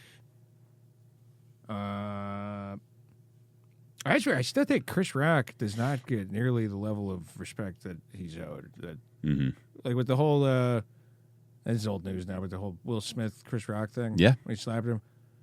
It's like, because there was people being like, fuck Will Smith. But I don't think anyone pointed out of like how titanically above Will Smith Chris Rock is in terms of like a talent performer. Like Chris Rock is arguably the greatest comic of his generation. You look at him at his peak, like back like kind of post 9/11, that whole period of like early 2000s, late 90s. It's like he was arguably the best comic working for a good like 5 to 10 year streak there. And Will Smith is like, if he had never lived, we would have found a different guy to be Bagger Vance. You know, it would have been fine. It wouldn't have changed the history of acting if Will Smith had never. You know what it is? Plenty of people who could have been the Fresh Prince, who could have been whatever. It's like Chris Rock. If he had never lived, there's whole bits that would not have been made. There's there's a whole type of comedy that wouldn't have been. And I feel like even the people defending him were kind of selling him short on like what an amazing fucking comic he was. Well, how about the way he just handled all of that? He just kept his composure. Thought, no. I'll turn this into something, and he took his time making a set about it. But I think he didn't go the cool route, right? Like, people like Will Smith, or like even in the comedy world, it's like Dave Chappelle really likes looking cool. Oh yeah. You know what I mean? He really, he's, Will Smith. They want to look cool. Chris Rock doesn't. Whereas Chris Rock, like his sitcom was about him, being a nerdy kid and all this kind of stuff. And so I think maybe it was a combination of that and him having, you could say he had so much success before social media, but so did Will Smith. But yeah, I don't know. I think he just had all that success, and it was so massive that because it wasn't on social media when it was all going on, I don't think this generation understands that, like, when you went to school or work or whatever, everybody was talking about that comedy special. It wasn't like one was just released all the time. It's like this was the comedy special, and everybody watched it and everybody talked about it, Well, it's like that with everything. The culture used to be a lot more shared because it wasn't all. What's that word? Well, did you guys watch Blue Collar comedy, all that stuff when you were growing up? Not super into that. Like a little bit. Might have just been because I was down here in Texas. I think we might have rented. Well, it's like comedy was always like we didn't have cable, so it was always we'd go to Family Video or then rent. or that was like the first comedy special that I ever saw that I can remember was my dad rented Life is Worth Losing, the George Carlin special. Wow. And I didn't even know what stand-up comedy was. We watched Seinfeld growing up, but I just thought that was like in that show. He's Right. that guy Same. or something. Like I didn't have a concept of that's like a job people are. And I remember watching the Carlin special at the, just being like, what the this is the coolest thing I've ever seen. It's just an angry old man is just yelling about any fucking thing. And it's Pretty cool of your dad to show you that. How old were you? He's pretty young. I think would have been probably around 10, something like that. Yeah, Richard Pryor and Carlin, my dad was really into. We showed us those tapes and specials and stuff when we were pretty young. You know how I was talking about music, like not living through it, so it kind of didn't hit me. Oddly enough, comedy hasn't been that way. You know, it's like I'll go back and watch Richard Pryor, Eddie Murphy, and even though all the references are dated, it's still funny. You know, I don't know what it is. It still hits you really hard. Yeah, I get that too. But I can also feel it where, like, when I go back and rewatch Carlin, like when I saw Carlin as a kid, I remember it being like the greatest thing I'd ever seen in my life, and I just thought, where I watch it now, and it's where with that thing where he's a victim of his own influence. Where it's like there's a lot of Carlin stuff now that you watch, and you're like, oh, this sounds like so many bloviating, fucking self-important people I've heard it, open mics and stuff. Yeah. And where it's like, but it's like, because the dude was so influential, so now it doesn't seem as profound as it was at the time. And that same way with the Beatles. Pryor has that to it. I think Pryor less so than Carlin though, because his stuff was so personal. Where it, but still, I don't know. Just in general, that's funny you say that with music versus comedy, because I feel like comedy ages more poorly than music because of that. Which like a joke has to have some kind of level of surprise to it. Yeah, but I think music has to be so personal for you to really love it. Whereas comedy, you don't have to be. I don't have to connect with a comedy bit on a really deep level to think it's funny. But like a classic song, like you're going to either love or hate Bob Dylan. You know, if you find out about him now, right? It's either going to seem like, well, like you said, Bob Dylan, Led Zeppelin, the Beatles, all these huge bands that influenced so many other bands. Even like Black Sabbath, right? You know, basically inventing that genre of metal music. But if you came into the metal world listening to new stuff now and then you found Ozzy later, it's all going to seem so tame. And I don't know that you're going to connect with it. Like, I don't know that song's going to resonate with you. Black Sabbath might be a bad example because War Pigs, I think, would always... fucking rules. That song's going to resonate with any generation. First two so that albums, might be a bad example. Those first two Sabbath albums, I think, are the fucking best. I'm not a metal guy either, but I love early Sabbath. I mean, it's just... It's and I love that his War Pigs is such a funny... It's like every other song by them is like witches and warlocks. And it's in the middle of it. They're like, war is bad. Like they got this hippie message in the middle of like, ooh, I'm a spooky ghost man. And then they're like, the rich are exploiting the poor for warfare. They just inject that into the middle of the, But I mean... Oh, Lord, yeah. Yeah, I love that song. Yeah. But, that style of writing at the time, like that song in particular too, like the way the verses and choruses go, there was no other song like that. So that was pretty mind-blowing. I mean, if you were going to somebody's party as a teenager, and you stole some beer or whatever, and then somebody puts that record or 8-track, whatever you're listening to at the time, on, that had to be a mind-blowing, like, have you heard this new shit they put out, And whereas if you are listening to, I don't even know what a modern metal band would be right now, but that's got to seem pretty tame now. Like, hopefully it sounds good. I don't know. Hopefully it sounds good, but I don't know if it blows your mind. Like, I feel like the older stuff in almost every genre, it seems that's right. Like, to me, the best decade of music is the 70s. And it's like every genre of music in the 70s, I feel like, was doing way crazier stuff and it was way wilder than anything that's going on now. Other than, obviously, you didn't have hip-hop yet. That wasn't... But that was just timing. It just didn't... I think... You know what I think that is? I think that was... the product of record labels who knew it was wise to take a chance and invest in some weird shit. Like when you found something that sounded a little original and maybe you didn't fully understand it, but you're like, some of these kids seem to like it, and these guys they got an album together. Like, let's push it. Let's see what happens. It was married to. It was the last. It's like you think of who would have been making the call of like who gets what record deals back then. In the 70s, it would have been like the last where you had a generation of. Because like you look at like Greatest Generation, Silent Generation, they didn't understand their children. They didn't pretend to understand their children. They didn't want to understand their children. They were like, these kids are out of control. And so, like, those were the people running the record labels. And that might have been better because they were like, who the heck knows what these maniacs are going to like? Right. These kids are out of control, but all right, we'll put the Ozzy Osbourne on. Where then, like, Gen X onward, I feel like every other generation, and boomers too, it's like wants to be down with the kids. It's like it turned into a youth culture. So then once you got boomers and Gen X and whoever running the labels and then now millennials, it's like they're like, oh, we know what's hip. We know what's... And so then it's going to be more repetitive. Frank Zappa talked about that. Yeah, I was actually thinking... Yeah, you've seen that interview? I was thinking, like, should I mention this or just rip it off? Just rip off the No, opinion? but he Were you saying, like, there's a cigar chopping guy or whatever? Yeah, he was like, basically, there's, like, lame people in suits who are like, I think it'll sell to the kids. Yeah. And so they would take a chance. Yeah. Whereas when the cool bands... You know, I like NoFX, right? Yeah. He has Fat Records. Fat Mike has Fat Records where he has a bunch of punk bands on it. And I don't know that all the bands on that label are all that great because some of them end up sounding a lot alike. Right. And that's what Zappa was talking about is the cool people would make a label so that they could get the music that they enjoyed out, but you ended up having a more homogenized sound on your label. Yeah.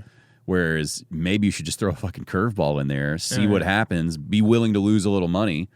And it's like if you got an old guy who doesn't like any of it, he's like, it all sucks to me, but they keep buying this thing out there. Yeah, it's like that's kind of a better.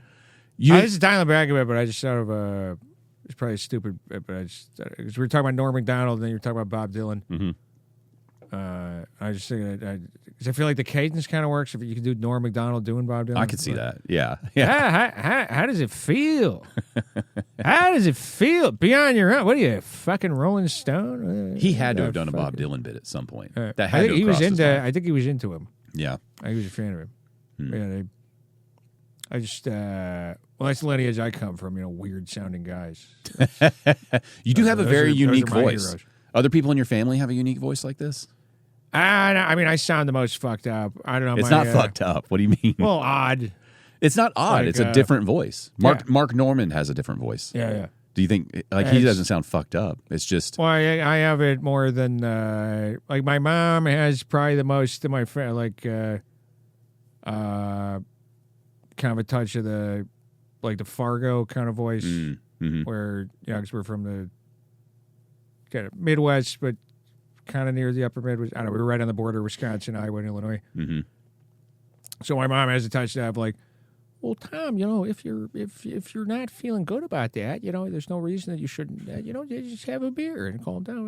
Like she's got that kind of a little bit. Oh well, you know, like a little sweet bit lady who's cooking something while she's talking to you. Yeah, and then and my dad's someone who I don't know. He tends to kind of mirror whoever he's talking to. Like he doesn't always do it well, but like he'll. That's interesting. Like one time we were talking to the security guard. It was British and. He's like, well, you want to go down that way if you're trying to get to... And my dad was like, oh, yeah, we go to the... No. Like, he was just kind of doing that. Yeah. No, he didn't realize he was doing it. Did you ever talk to him about that? Did you ever ask him, like, what's up with that? No, we were all giving him shit immediately. Thank God the guy didn't say the N-word. You just repeat whatever comes out of another person's mouth, just trying to make the same sound. Like, Jesus Christ. This is your clean material that you got to be working on. Is all that you know? You just mention the concept. You threw in the N-word, but if you scrape, I didn't throw in the N-word. I threw in the concept of the concept. Significant difference, a huge difference.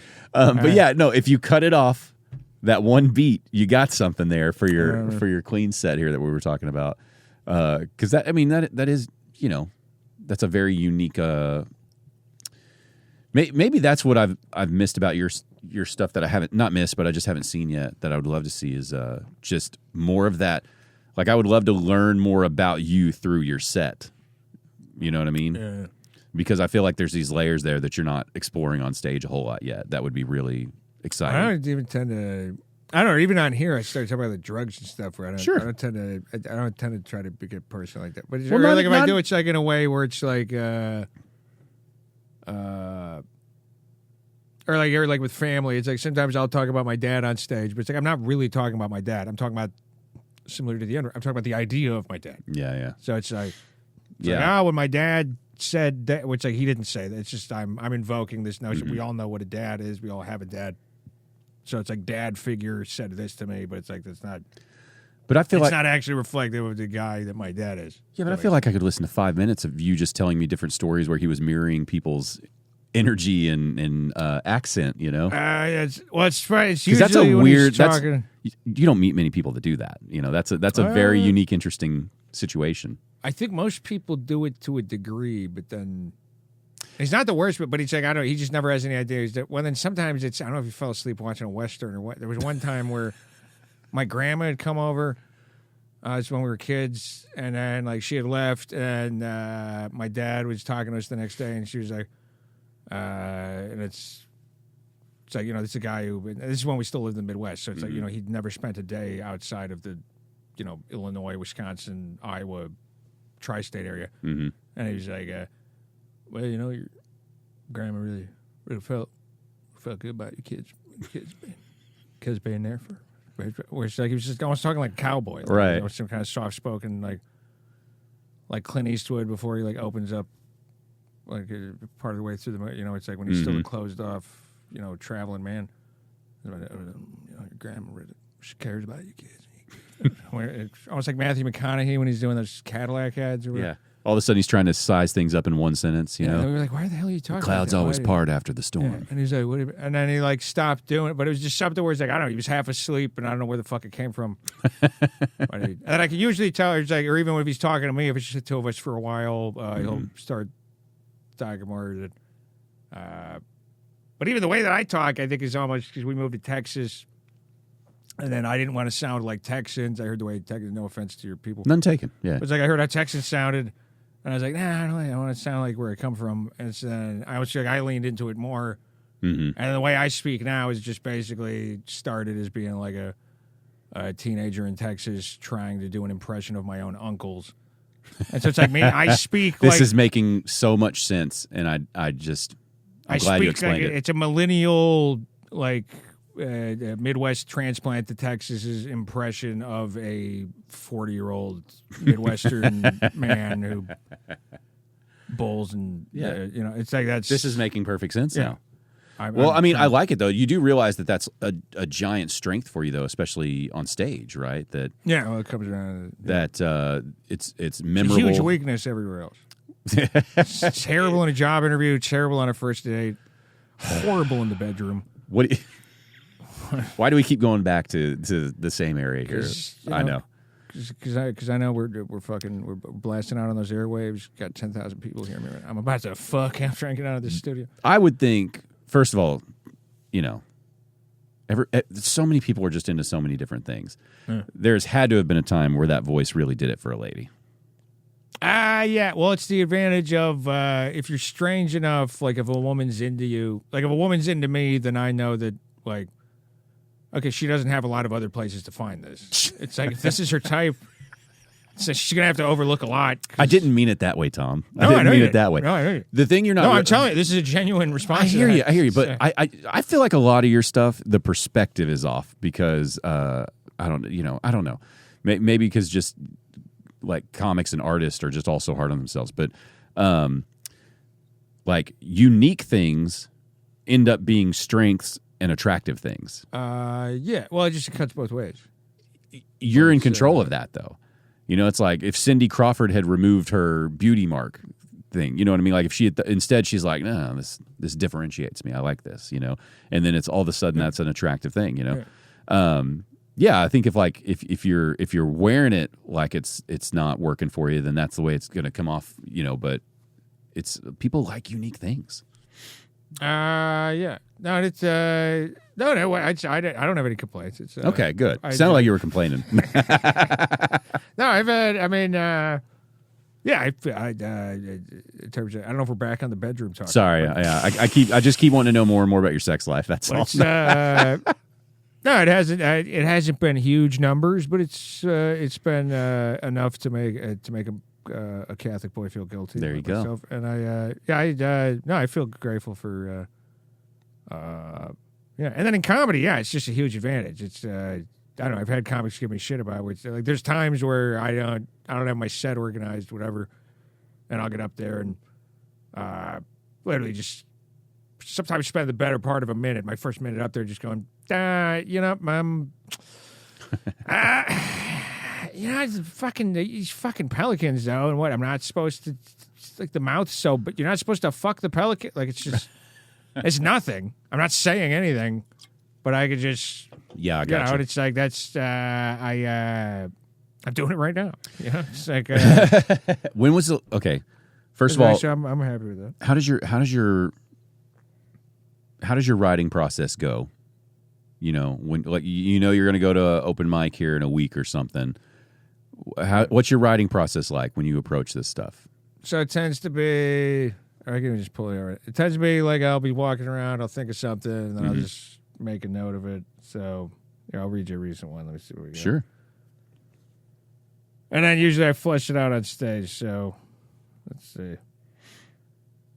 Oh, well, this one's like a fully fleshed out joke, so this isn't what it usually is. But Well, you just give the little premise. That way you don't ruin any of your jokes on here. during Hurricane Katrina, when they had the people in the Superdome, were they still doing the kiss cam?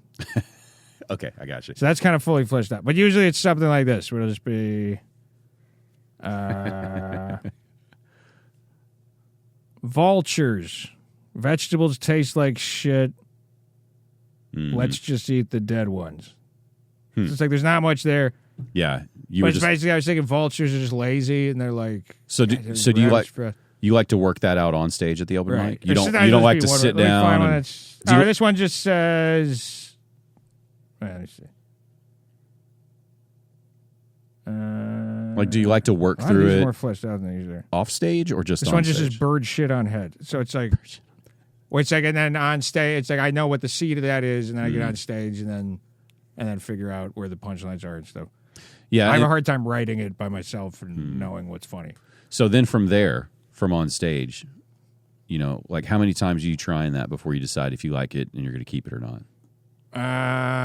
It's a very disorganized process. I mean, well, sometimes there'll be something where it's like I still like it, but none of the audiences do. And so then I'll kind of put it on the back burner. But then sometimes at a random show, it'll be like, I think I can bring that one back, and I think and then sometimes you'll figure out how to bring it back around. Yeah, Right. I've ever said that was an idea from like years ago, and then I even forget about it or something, and then like I'm listening to old audio or going through an old notebook or something, and then it's like, oh shit, this thing, and then if I connect this, then maybe that could, and then you figure out how to make the thing work, and then yeah.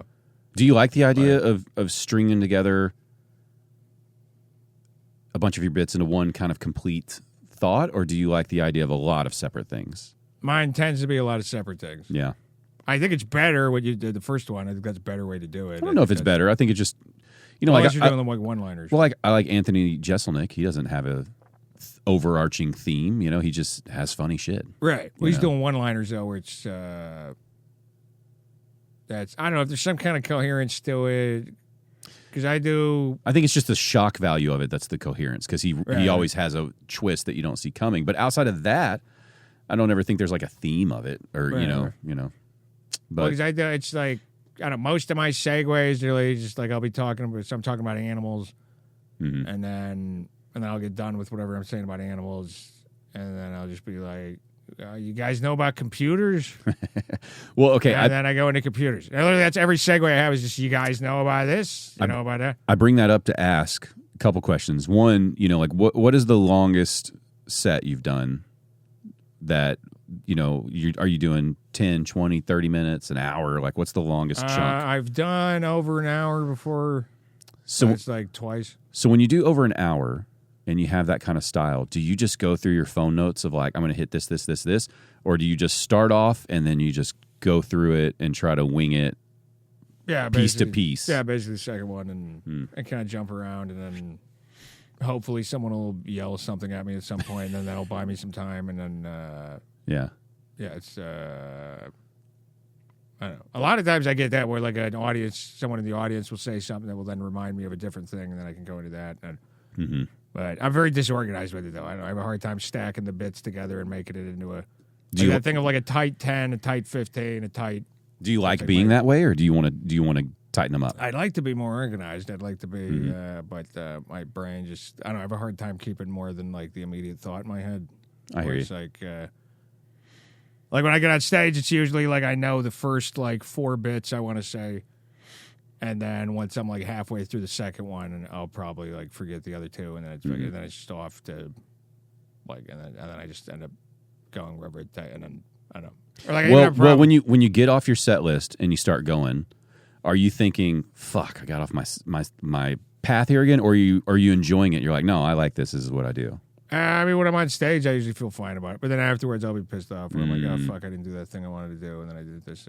Or so now you remember, it's like, oh, yeah, there was that one thing I was going to do. And then I could tell with this crowd that probably would have worked. And this other thing did not work. And that's the thing I did. What about just going up with a set list? You know, I know. Where you look at it? Well, you know, not like some people do where they look back at every single thing, but just, you know, the occasional peak until you can kind of train yourself to stay on that path that you wanted to more. Yeah. I get real self-conscious up there where I feel like they're like watching every move. So I tend to try to like lock in with the audience. Where I mean, that's not a bad move either. It's not. Well, I don't know. It's very. I'd say with my it's like however I've been doing it is very inconsistent. But it does very well sometimes, and then it does very poorly other times. And that's my only criticism of you talking about inconsistency is that, you know, I just never like. I would love to see you make a big run at it and just see what Tom Murphy is capable of with comedy. You know, do it your way, do it how you want to do it, but just, you know, getting you on more stages more often so that, you know, because I feel like there's so that I can fuck with the same vigor of Mick Jagger. That's right. That I can get that Mick Jagger. I can get that satisfaction back in the hips. It's all about getting you laid, my man. No, just I feel like there's a group of people in the comedy scene that really know and like your comedy, but it's not spreading out to like more casual fans of comedy that just go to these shows, and that it's just a giant missed opportunity that you're not being exposed to those crowds. I think those crowds, you know, I just picture you on a sold out Saturday night at insert club here, and you finding a good balance of how you like to do things with what works with the club enough. I don't think you need to conform to this stuff. Like, I think you got to be yourself. But, you know, where you're giving the people their money's worth still, I guess might be the way to say it. But, yeah, I would love to see that. I would love to see what that Tom Murphy is capable of. You know what I mean? Because it's like, because here's the truth. Like, I'll see you at One Nostalgia or something. I like going to those things only because I enjoy finding these things out. I like seeing y'all go from the beginning of a bit to that bit being more polished on a better stage. Those mics are terrible. You know, like it's a terrible place to consume comedy, and you still get laughter there. Well, that's right. No, that's right. If you could be a professional, do you know what I'm saying? If you could be a professional open micer, if you could make a living off of open mics, I think I'm great at open. Well, I'm worse on paid shows than I'm. Yeah, and open mics tend to be rougher than, but yeah. That's weird. Well, comics tend to like me better than other people do. I think you just got to figure out how you're going to tweak it a little.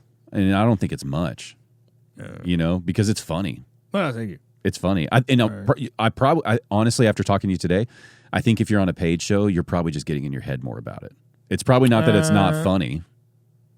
It's...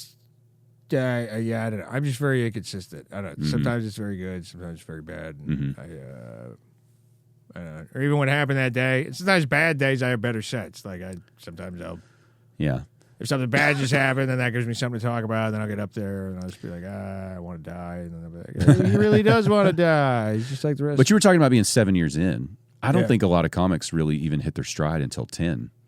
Which is crazy to think, you know, because you were talking about like, I'm feeling older, which by the way, 33 isn't old, so chill out with that. But like, you know, I think you're just at one of those points where it's like you feel like you've been doing it a long time because 7 years is a long time, but it's in the realm of comedy that's not really a horribly long time. Like people would say you're settled in, you're a comic, you're doing it, but it's not like you're. I don't know. From my experience, just as a fan, at least, not being somebody who goes up on stage and does comedy, it seems like the 10-year mark is where people kind of figure out, like, I think this is how I like doing it. I think this is how I like to perform comedy. And then they start building these sets now that they kind of know exactly who they like to be. So, I don't know. I would encourage you to, you got, you know, a couple of years, just explore more. Like, go build some bookshelves, man. Go build some bookshelves. I don't know why I made that the analogy. Right? I like it though. I like it. It makes sense though. See, I glanced at it. It's not even a bookshelf though. It's like a record shelf. It's you could put books on it. You could. You put whatever you want on there. Yep. Or taller books. Yeah. Guinness World Book of Records, I feel like would fit perfect on that. That's it, man. We could just talk about. I could just get a bunch of different books about aging rock stars and how many people they've knocked up. Yeah, that could be good stuff. That's I don't know how much Paul McCartney, I think, is pretty good. He mostly plays at home, right? He's not running around on his own. Isn't he? Like he just gets married and then I don't know. Sometimes they're man. younger than him. But I think that generation of rock stars. I bet all the ladies there was just like an understanding of there couldn't have been that many faithful rock stars in those generations. I don't think. I like to think a couple of them. I think there's a couple. There's a couple, but like that to me is like the coolest thing. But like Ozzy Osbourne and Sharon Osbourne clearly had a healthy, long marriage. What about healthy? It seemed like it was healthy enough. Like she was there to. They were both like hitting each other, weren't they? I thought that was one where it's like he wasn't even a wife beater. What I was gonna throwing shit at him, like she was smashing pans over his head and stuff. I think that was their version of a healthy rock and roll marriage, though. As it got wild at times. I think they probably both were stepping out on each other, but neither of them cared because they're like, well, we're living a rock and roll lifestyle. We got this Mama, I'm Coming Home. We got that song out of it. You know? And, but she was still there. By the way, I feel like we got to say, while we're bringing up Ozzy, maybe the absolute coolest way to die was how Ozzy Osbourne did it, where he does his farewell concert and then like a couple weeks later dies and he's gone. Just saying like, I'm leaving on a high note, and we're out. Maybe one of the most rock star passings. It was cool. I'm trying to think of a cooler one. JFK was pretty wild. Yeah, I don't know. Yeah, it was cool. Well, and he, or something, well, this is dialed back from his death, but something I always loved about Ozzy is, you know that song Flying High Again? Flying high again. That was he literally made a song of his relapse. He had been sober for like a couple years or something. Yeah. And then he just got back into drugs and booze. Yeah. And it was like, there should be a song for what I'm doing. Like there should be a song for me like destroying myself again. Like, are these not the bits you're doing? Just like having a good time with his no, I would you don't write these thoughts down? No, these are come on, Tom. Got well, that's where comedy. I was talking about this. You know Tony Campion? Yeah, yeah, I love him. He's one of my best friends.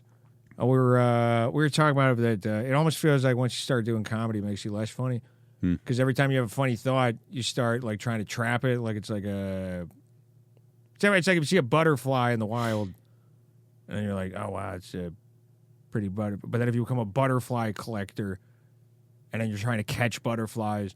And then you're impaling butterflies on your wall, and it's like the beauty of the nature starts kind of fading pretty quick.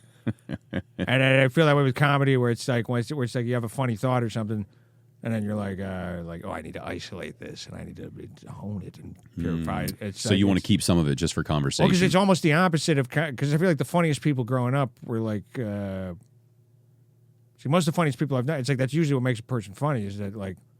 They kind of don't give a fuck, and it's just kind of conversations loose, and it's like, oh yeah, we have this thought, and we have this. And it's like not like caring about things is almost like the opposite of funny to me. So it's like, yeah, I get what you're saying. That makes a lot of sense. And that's where sometimes I think like there's people who are funnier than other people. Like some people are better comedians than people who are funnier than them. Mm-hmm. Or it's like you got like those are like two separate. It's like there's some super funny people who are horrible comedians.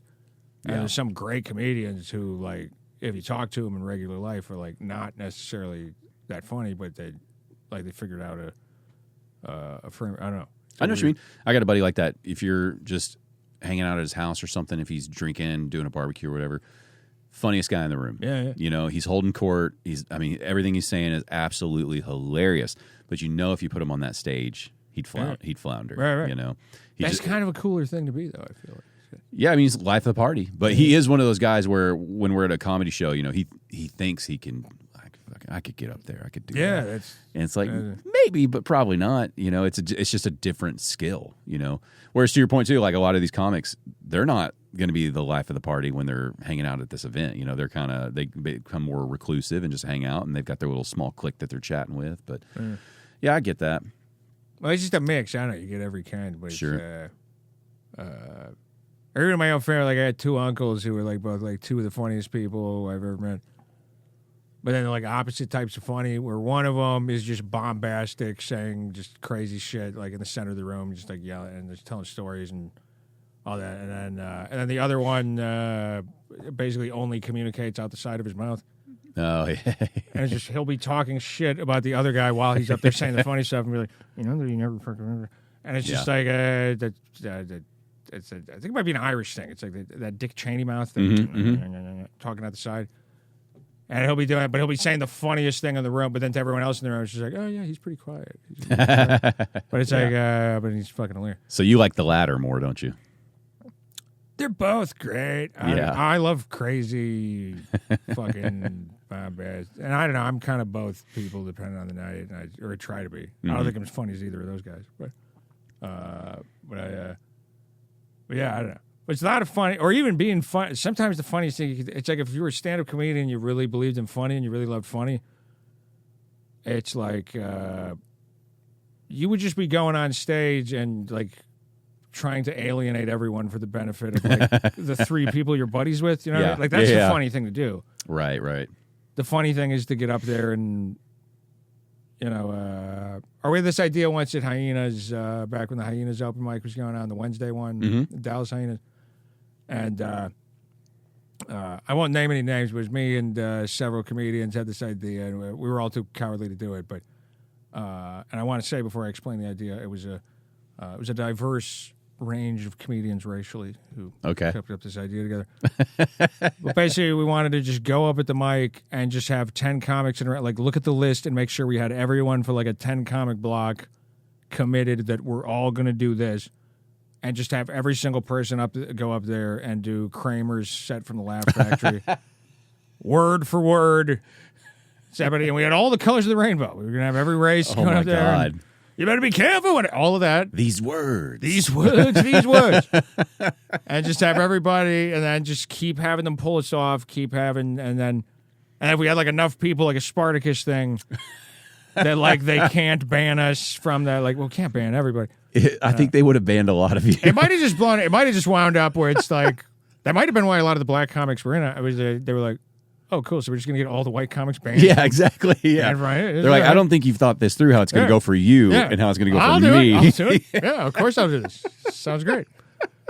Yeah, it's the Kramer. But it's like stuff like that. It's like sabotaging your own. And not even like in an Andy Kaufman, like turning it into a thing way, but like to just truly, just burn commit it to like destroying whatever opportunity you have. To me, is like way funnier than like having a go. But the punk rock roots are showing through big time right now. Where you're like, what if we just like burned everything, man, and just like see what it does? But not the sand N-words. We'll say that. That's an unacceptable geopolitical opinion. Yeah. You got to keep the sand person's. Did you ever watch the movie SLC Punk? Yeah, of course. Yeah. So it's like, you know, when I watch that movie, it's like I end up identifying more with the Matthew Lillard character. Was he the main guy, the blue hair guy? Yeah, where at the end he was like, I guess we're all posers or whatever. It's like, yeah, I kind of feel that way. Yeah, no, I felt more like Bob. Yeah, exactly. I think that's the difference. It's where there's the people who really are all in, and I'm more like, you know, I like the music, I like the message, but I'm not doing the lifestyle, you know? Yeah. Well, people who are like actually insane versus like I think there's some of that too, where it's like there's people who can like have a good time being in the craziness, but then it's like they have a way out. Like they can like, okay, now I'm gonna go back to my life, and but then some of us, it's like I got problems. You know, Jason Segel, right? You know he him. Was the. Wait, do was you he remember him in SLC Punk? Yeah, who was? I can't remember his character's name, but he was the dorky punk rocker with the glasses, you know, and he like pulled the glasses off to go into a fight for a minute. That was a cool guy, yeah. But there was a weird like crossover of timelines because he left the punk scene to save the environment. Yeah, he's like these fucking whales. Yeah. And then his TV series that he was on, How I Met Your Mother, He is an environmental lawyer. Oh, I didn't know that. Yeah. So people got theories. Just like people had theories. interconnected, Yeah, it was just kind of fun. But I remember watching that like later, going like, "Oh my god, I had no idea that was him." And it's like such a cool little yeah, I remember side him standing thing out for as it him. was odd he was in that movie. I was like, what's this guy doing here? Well, he was he was showing like the range of punk rockers where there were those guys. No, that where made sense. Well, that character made sense to me, but him playing him, oh yeah. I think because He did what, yeah, like How I Freaks Met and Your Mother Geeks and everything before that. I think so. Mm-hmm. But yeah, that'd be the greatest scene in that movie. The SOC Punk, because it captured it so well of when. I know what you're gonna say. When the acid melts through the pants. Oh no! when they when the blue hair guy, was it Matthew Lillard? So when him and Bob. Where Bob tells him that he's in love with the girl, and then he's like, "Only posers fall in love." I was Yes. fucking poser. Well, maybe I'm a fucking poser. And then when like they have it out, yelling at each other about posers, and then there's just like that moment where he goes, Bob, I don't really think you're a poser. And it's like, I need anything else. And it's just like it captured. It's like I've had arguments like that back in my punk rock days with friends of like, just how like weird and gay punk rock male relationships are. It's like, oh, isn't you a real punk, man? Like, oh, you're a real punk, too. Like, it's this weird, because it's all just, I don't know, like the type of people who tend to be drawn into that thing, I think, are like, because that movie kind of captured it, too, where they show the scene where it's like they're meeting up to play Dungeons and Dragons when they're kids, and then where the one He pulls out the tape, right? Yeah, and it's Gen X, Generation X, it's fucking, what's that song? It's a great song. But anyway, I'd have to hear that Maximum soundtrack or something. Rockabilly. Yes. Choose To take a train to Piccadilly. Yeah. The song rolls. And then it's just like he plays Another dumb casualty. having fun. Yep. All right. Yeah. Great track. Well, then it captures that of it's like, oh yeah, they were all like nerd, kind of like loser guys who were getting beat on, and then and it's like, this is something different, man. And that's like in my experience, that was most punk people were like kind of like schlubby, like confused. Yeah, you had to find your clique. Yeah, and then you get going, and you're like, and then it's like you're still getting like fucked with by the same people, but then you're like, no man, I'm bugging back, and then. I think if I had grown up, put cigarettes out on your arm, and you're like, kick my ass, man. I don't give a shit. Like, and it's. I think if I had grown up in a bigger town, and I think I would have found that music sooner, and then I would have been in on that version that you like more. Yeah. I think it would have hit, because that was me in my small town, but it was too small to have like a clique of like, Dungeons and Dragons, and kind of like it didn't hit that nerd. Like I was always kind of partially in with these other groups, so it wasn't that way. But I think if I was in a bigger town, I would have been more isolated with a group, and that probably would have ended up being the group. If that makes sense. Like my high school, we had small town you're from. Well, so the school I went to was called Community, and Community ISD, but it was literally like the elementary, the middle school, and the high school are right there, all around each other. And it was like at the time, it was like 5 or 6 towns that comprised the school. And I graduated with like the largest class at the time of like 84 people. Yeah. Small town, And it's grown since then. Like it's one of those areas where they sell the farmland for housing developments. So I'm sure it's much bigger now. But yeah, it was just, what was your name of town? The town I grew up in was called Copeville, Copeville, Copeville. And it was literally like there was Copeville where it was a town, and then there was like unincorporated area that was county, but it was called Copeville, and that's where I grew up. So we weren't even really in a town. Yeah, it was county roads, it was rock roads. And I grew up next to Lake Levon, but so I always tell people it wasn't like a small farm town feel. It was like, meth lake trash feel. Like we still had homes like right next to each other. We were in a house, but the neighborhood was mixed with homes and trailers, just, And, everybody, like, it was fine. Like, there was no, like, we didn't have, like, violence and theft and things like that. But it was just, like, the trailers got the yard full of car parts and stuff. That kind of pop. Like, we were poor in the sense that we didn't have a lot of extra, but we never, like, lacked for food or shelter. So not, there's levels of poor. So I don't like to say, like, we were poor and struggling. I don't feel like we were struggling. Just, didn't have the extra, but that and we were the type of poor too where you didn't know you didn't have money until you were much older. So I think that's that's nice that you didn't feel poor as a kid, Yeah. But it was a fun town to grow up in. But like I don't want to raise my kid out there. You know what I mean? Like I had a good time, but I sometimes wonder. And I have a fine life, like I'm happy, but I sometimes wonder, like, man, I wonder what could have been possible in a different town, different school, different guidance. Now that I have a kid, I think about that more of like, like what you're exposed to as possibilities when you're just, if you're exposed to these other options and you think I could do that. I think I could do that. I like that. That's cool. I think in those small areas, you don't get exposed to those things. So it's not about it. Like small towns are fine, but, like when you graduated high school, you could work at the gas station, the feed store, or the one restaurant, which was the Pizza Getty.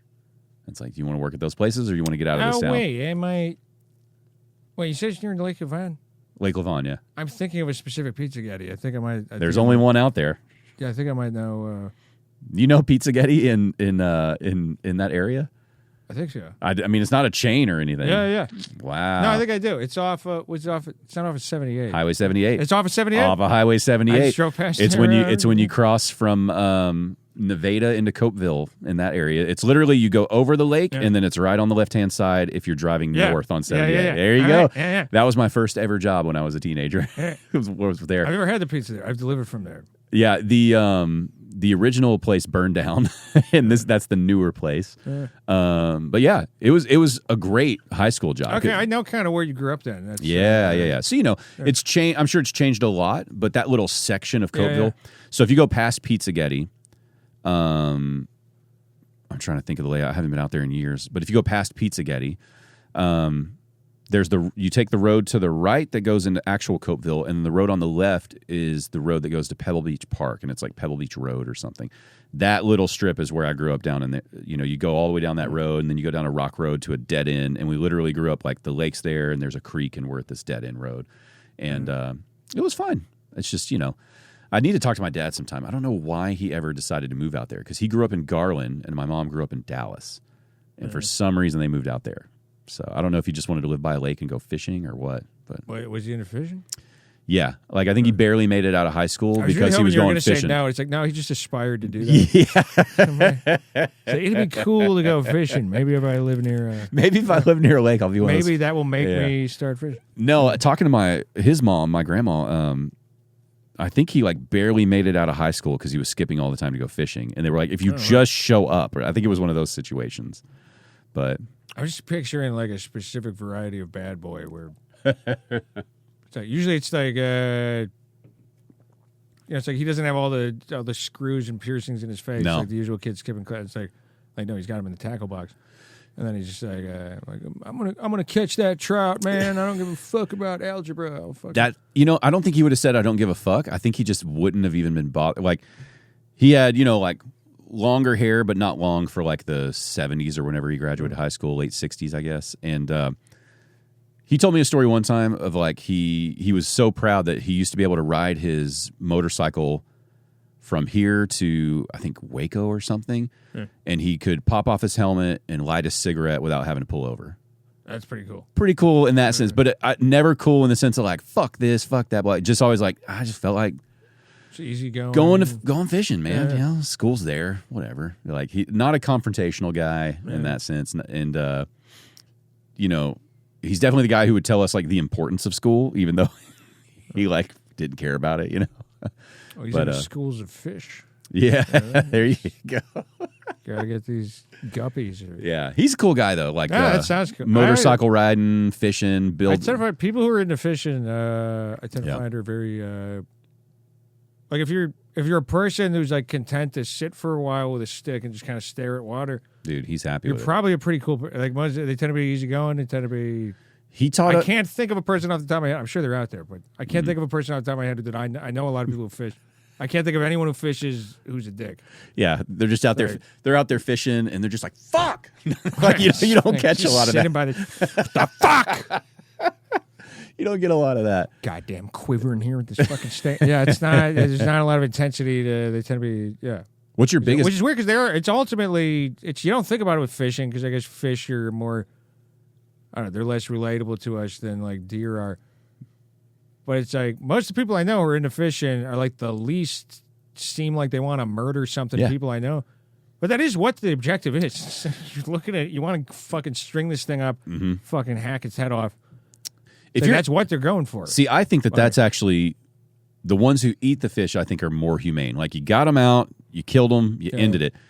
The catch and release of a fish, which is viewed as more humane, that always feels like torture because they got a hook in there. Yeah, like if I just hooked your cheek, I was like, pulled it out, threw you back. It's like that's a pretty rough. I'm just messing around. Don't worry about it. It's a rough day, you know. And it's like at least if you got, imagine like a bear chased you down, swiped at you really good, but it was like, all right, fuck off. Well, you're just playing around. That seems. But at least if the bear just got you, killed you real quick. Maybe a bear's a bad example because I don't think they do that. But like a tiger. Like tigers just kind of clamp onto that neck and end it. It's done. It's going to be a real quick, short thing. And you hope for a quick death like that. That's not painful, And, the catch and release always seems like... That would actually be cool as hell. Not I don't even... Tiger death? I think you're just going to pass out. I think if we had predators that, like, if they were into catch and release the same way that we are, if they wanted to have the experience of catching us without killing us, I would be like sticking my head in a bear mouth. That sounds so fun. Just have a bear chew you up a little bit and be like, dude, this bear chewed on me. But then it doesn't kill you? Oof. That seems cool. Like they just swipe you up a little bit and they're like, I just wanted to know I could do it. And then they let you go. Yeah. This is a whole new layer of... Seems like fun. Of masochism we can't really get into right now. now. No, I wouldn't enjoy it. You don't think that doesn't sound through? Just for, you get a story I don't want to put it. my head in a bear jaw. Well, no, but they're going to let you go. Yeah, but there's no actual danger. You're just... Yeah, but with the fish, you're getting hooked. So with the bear, it's like a fang has got to enter. It's got to do something, yeah. You got to have you're going to come over with some scars, but... Yeah, that's rough. I don't want to do that. That's what I was saying. I think that you're part... Feel like Mick Jagger stepping off that stage. You're going to be like... I was just in a bear's mouth. So horny right now. Somebody fucking... Yeah. Yeah, I think that's a good place to stop, Tom. Yeah. Listen, man, I mean every word. Like, I think you're one of the funniest around doing it, and I just want to see you on more stages more often. I appreciate that, man. So, no, what you do here is great, man. It's I told you it's there's it's been a lot of music I've seen on here of like look at me just stuff. Nice. I didn't know about it. Where I'm like, oh fuck, this is wrong. That's the dream, man. Is I can just share some stuff with people, and hopefully some of them like it. So, but yeah. I know you know. And you've got pretty good taste. The comics that you've had on here, I'm honored to be one of the people. Yes, because every person you have on here, I'm always like, oh yeah, they're fucking great. That's good to hear. Yeah, you got good taste. That's good to hear. And then I guess now I'll have to bring in some more punk rock bands and see who you like and you don't like. Give me a bear, man. I'm over punk rock. Okay, fair enough. Punk is dead. I want to be in a bear mouth. The I'm a Fan of podcast, music, comedy, and more.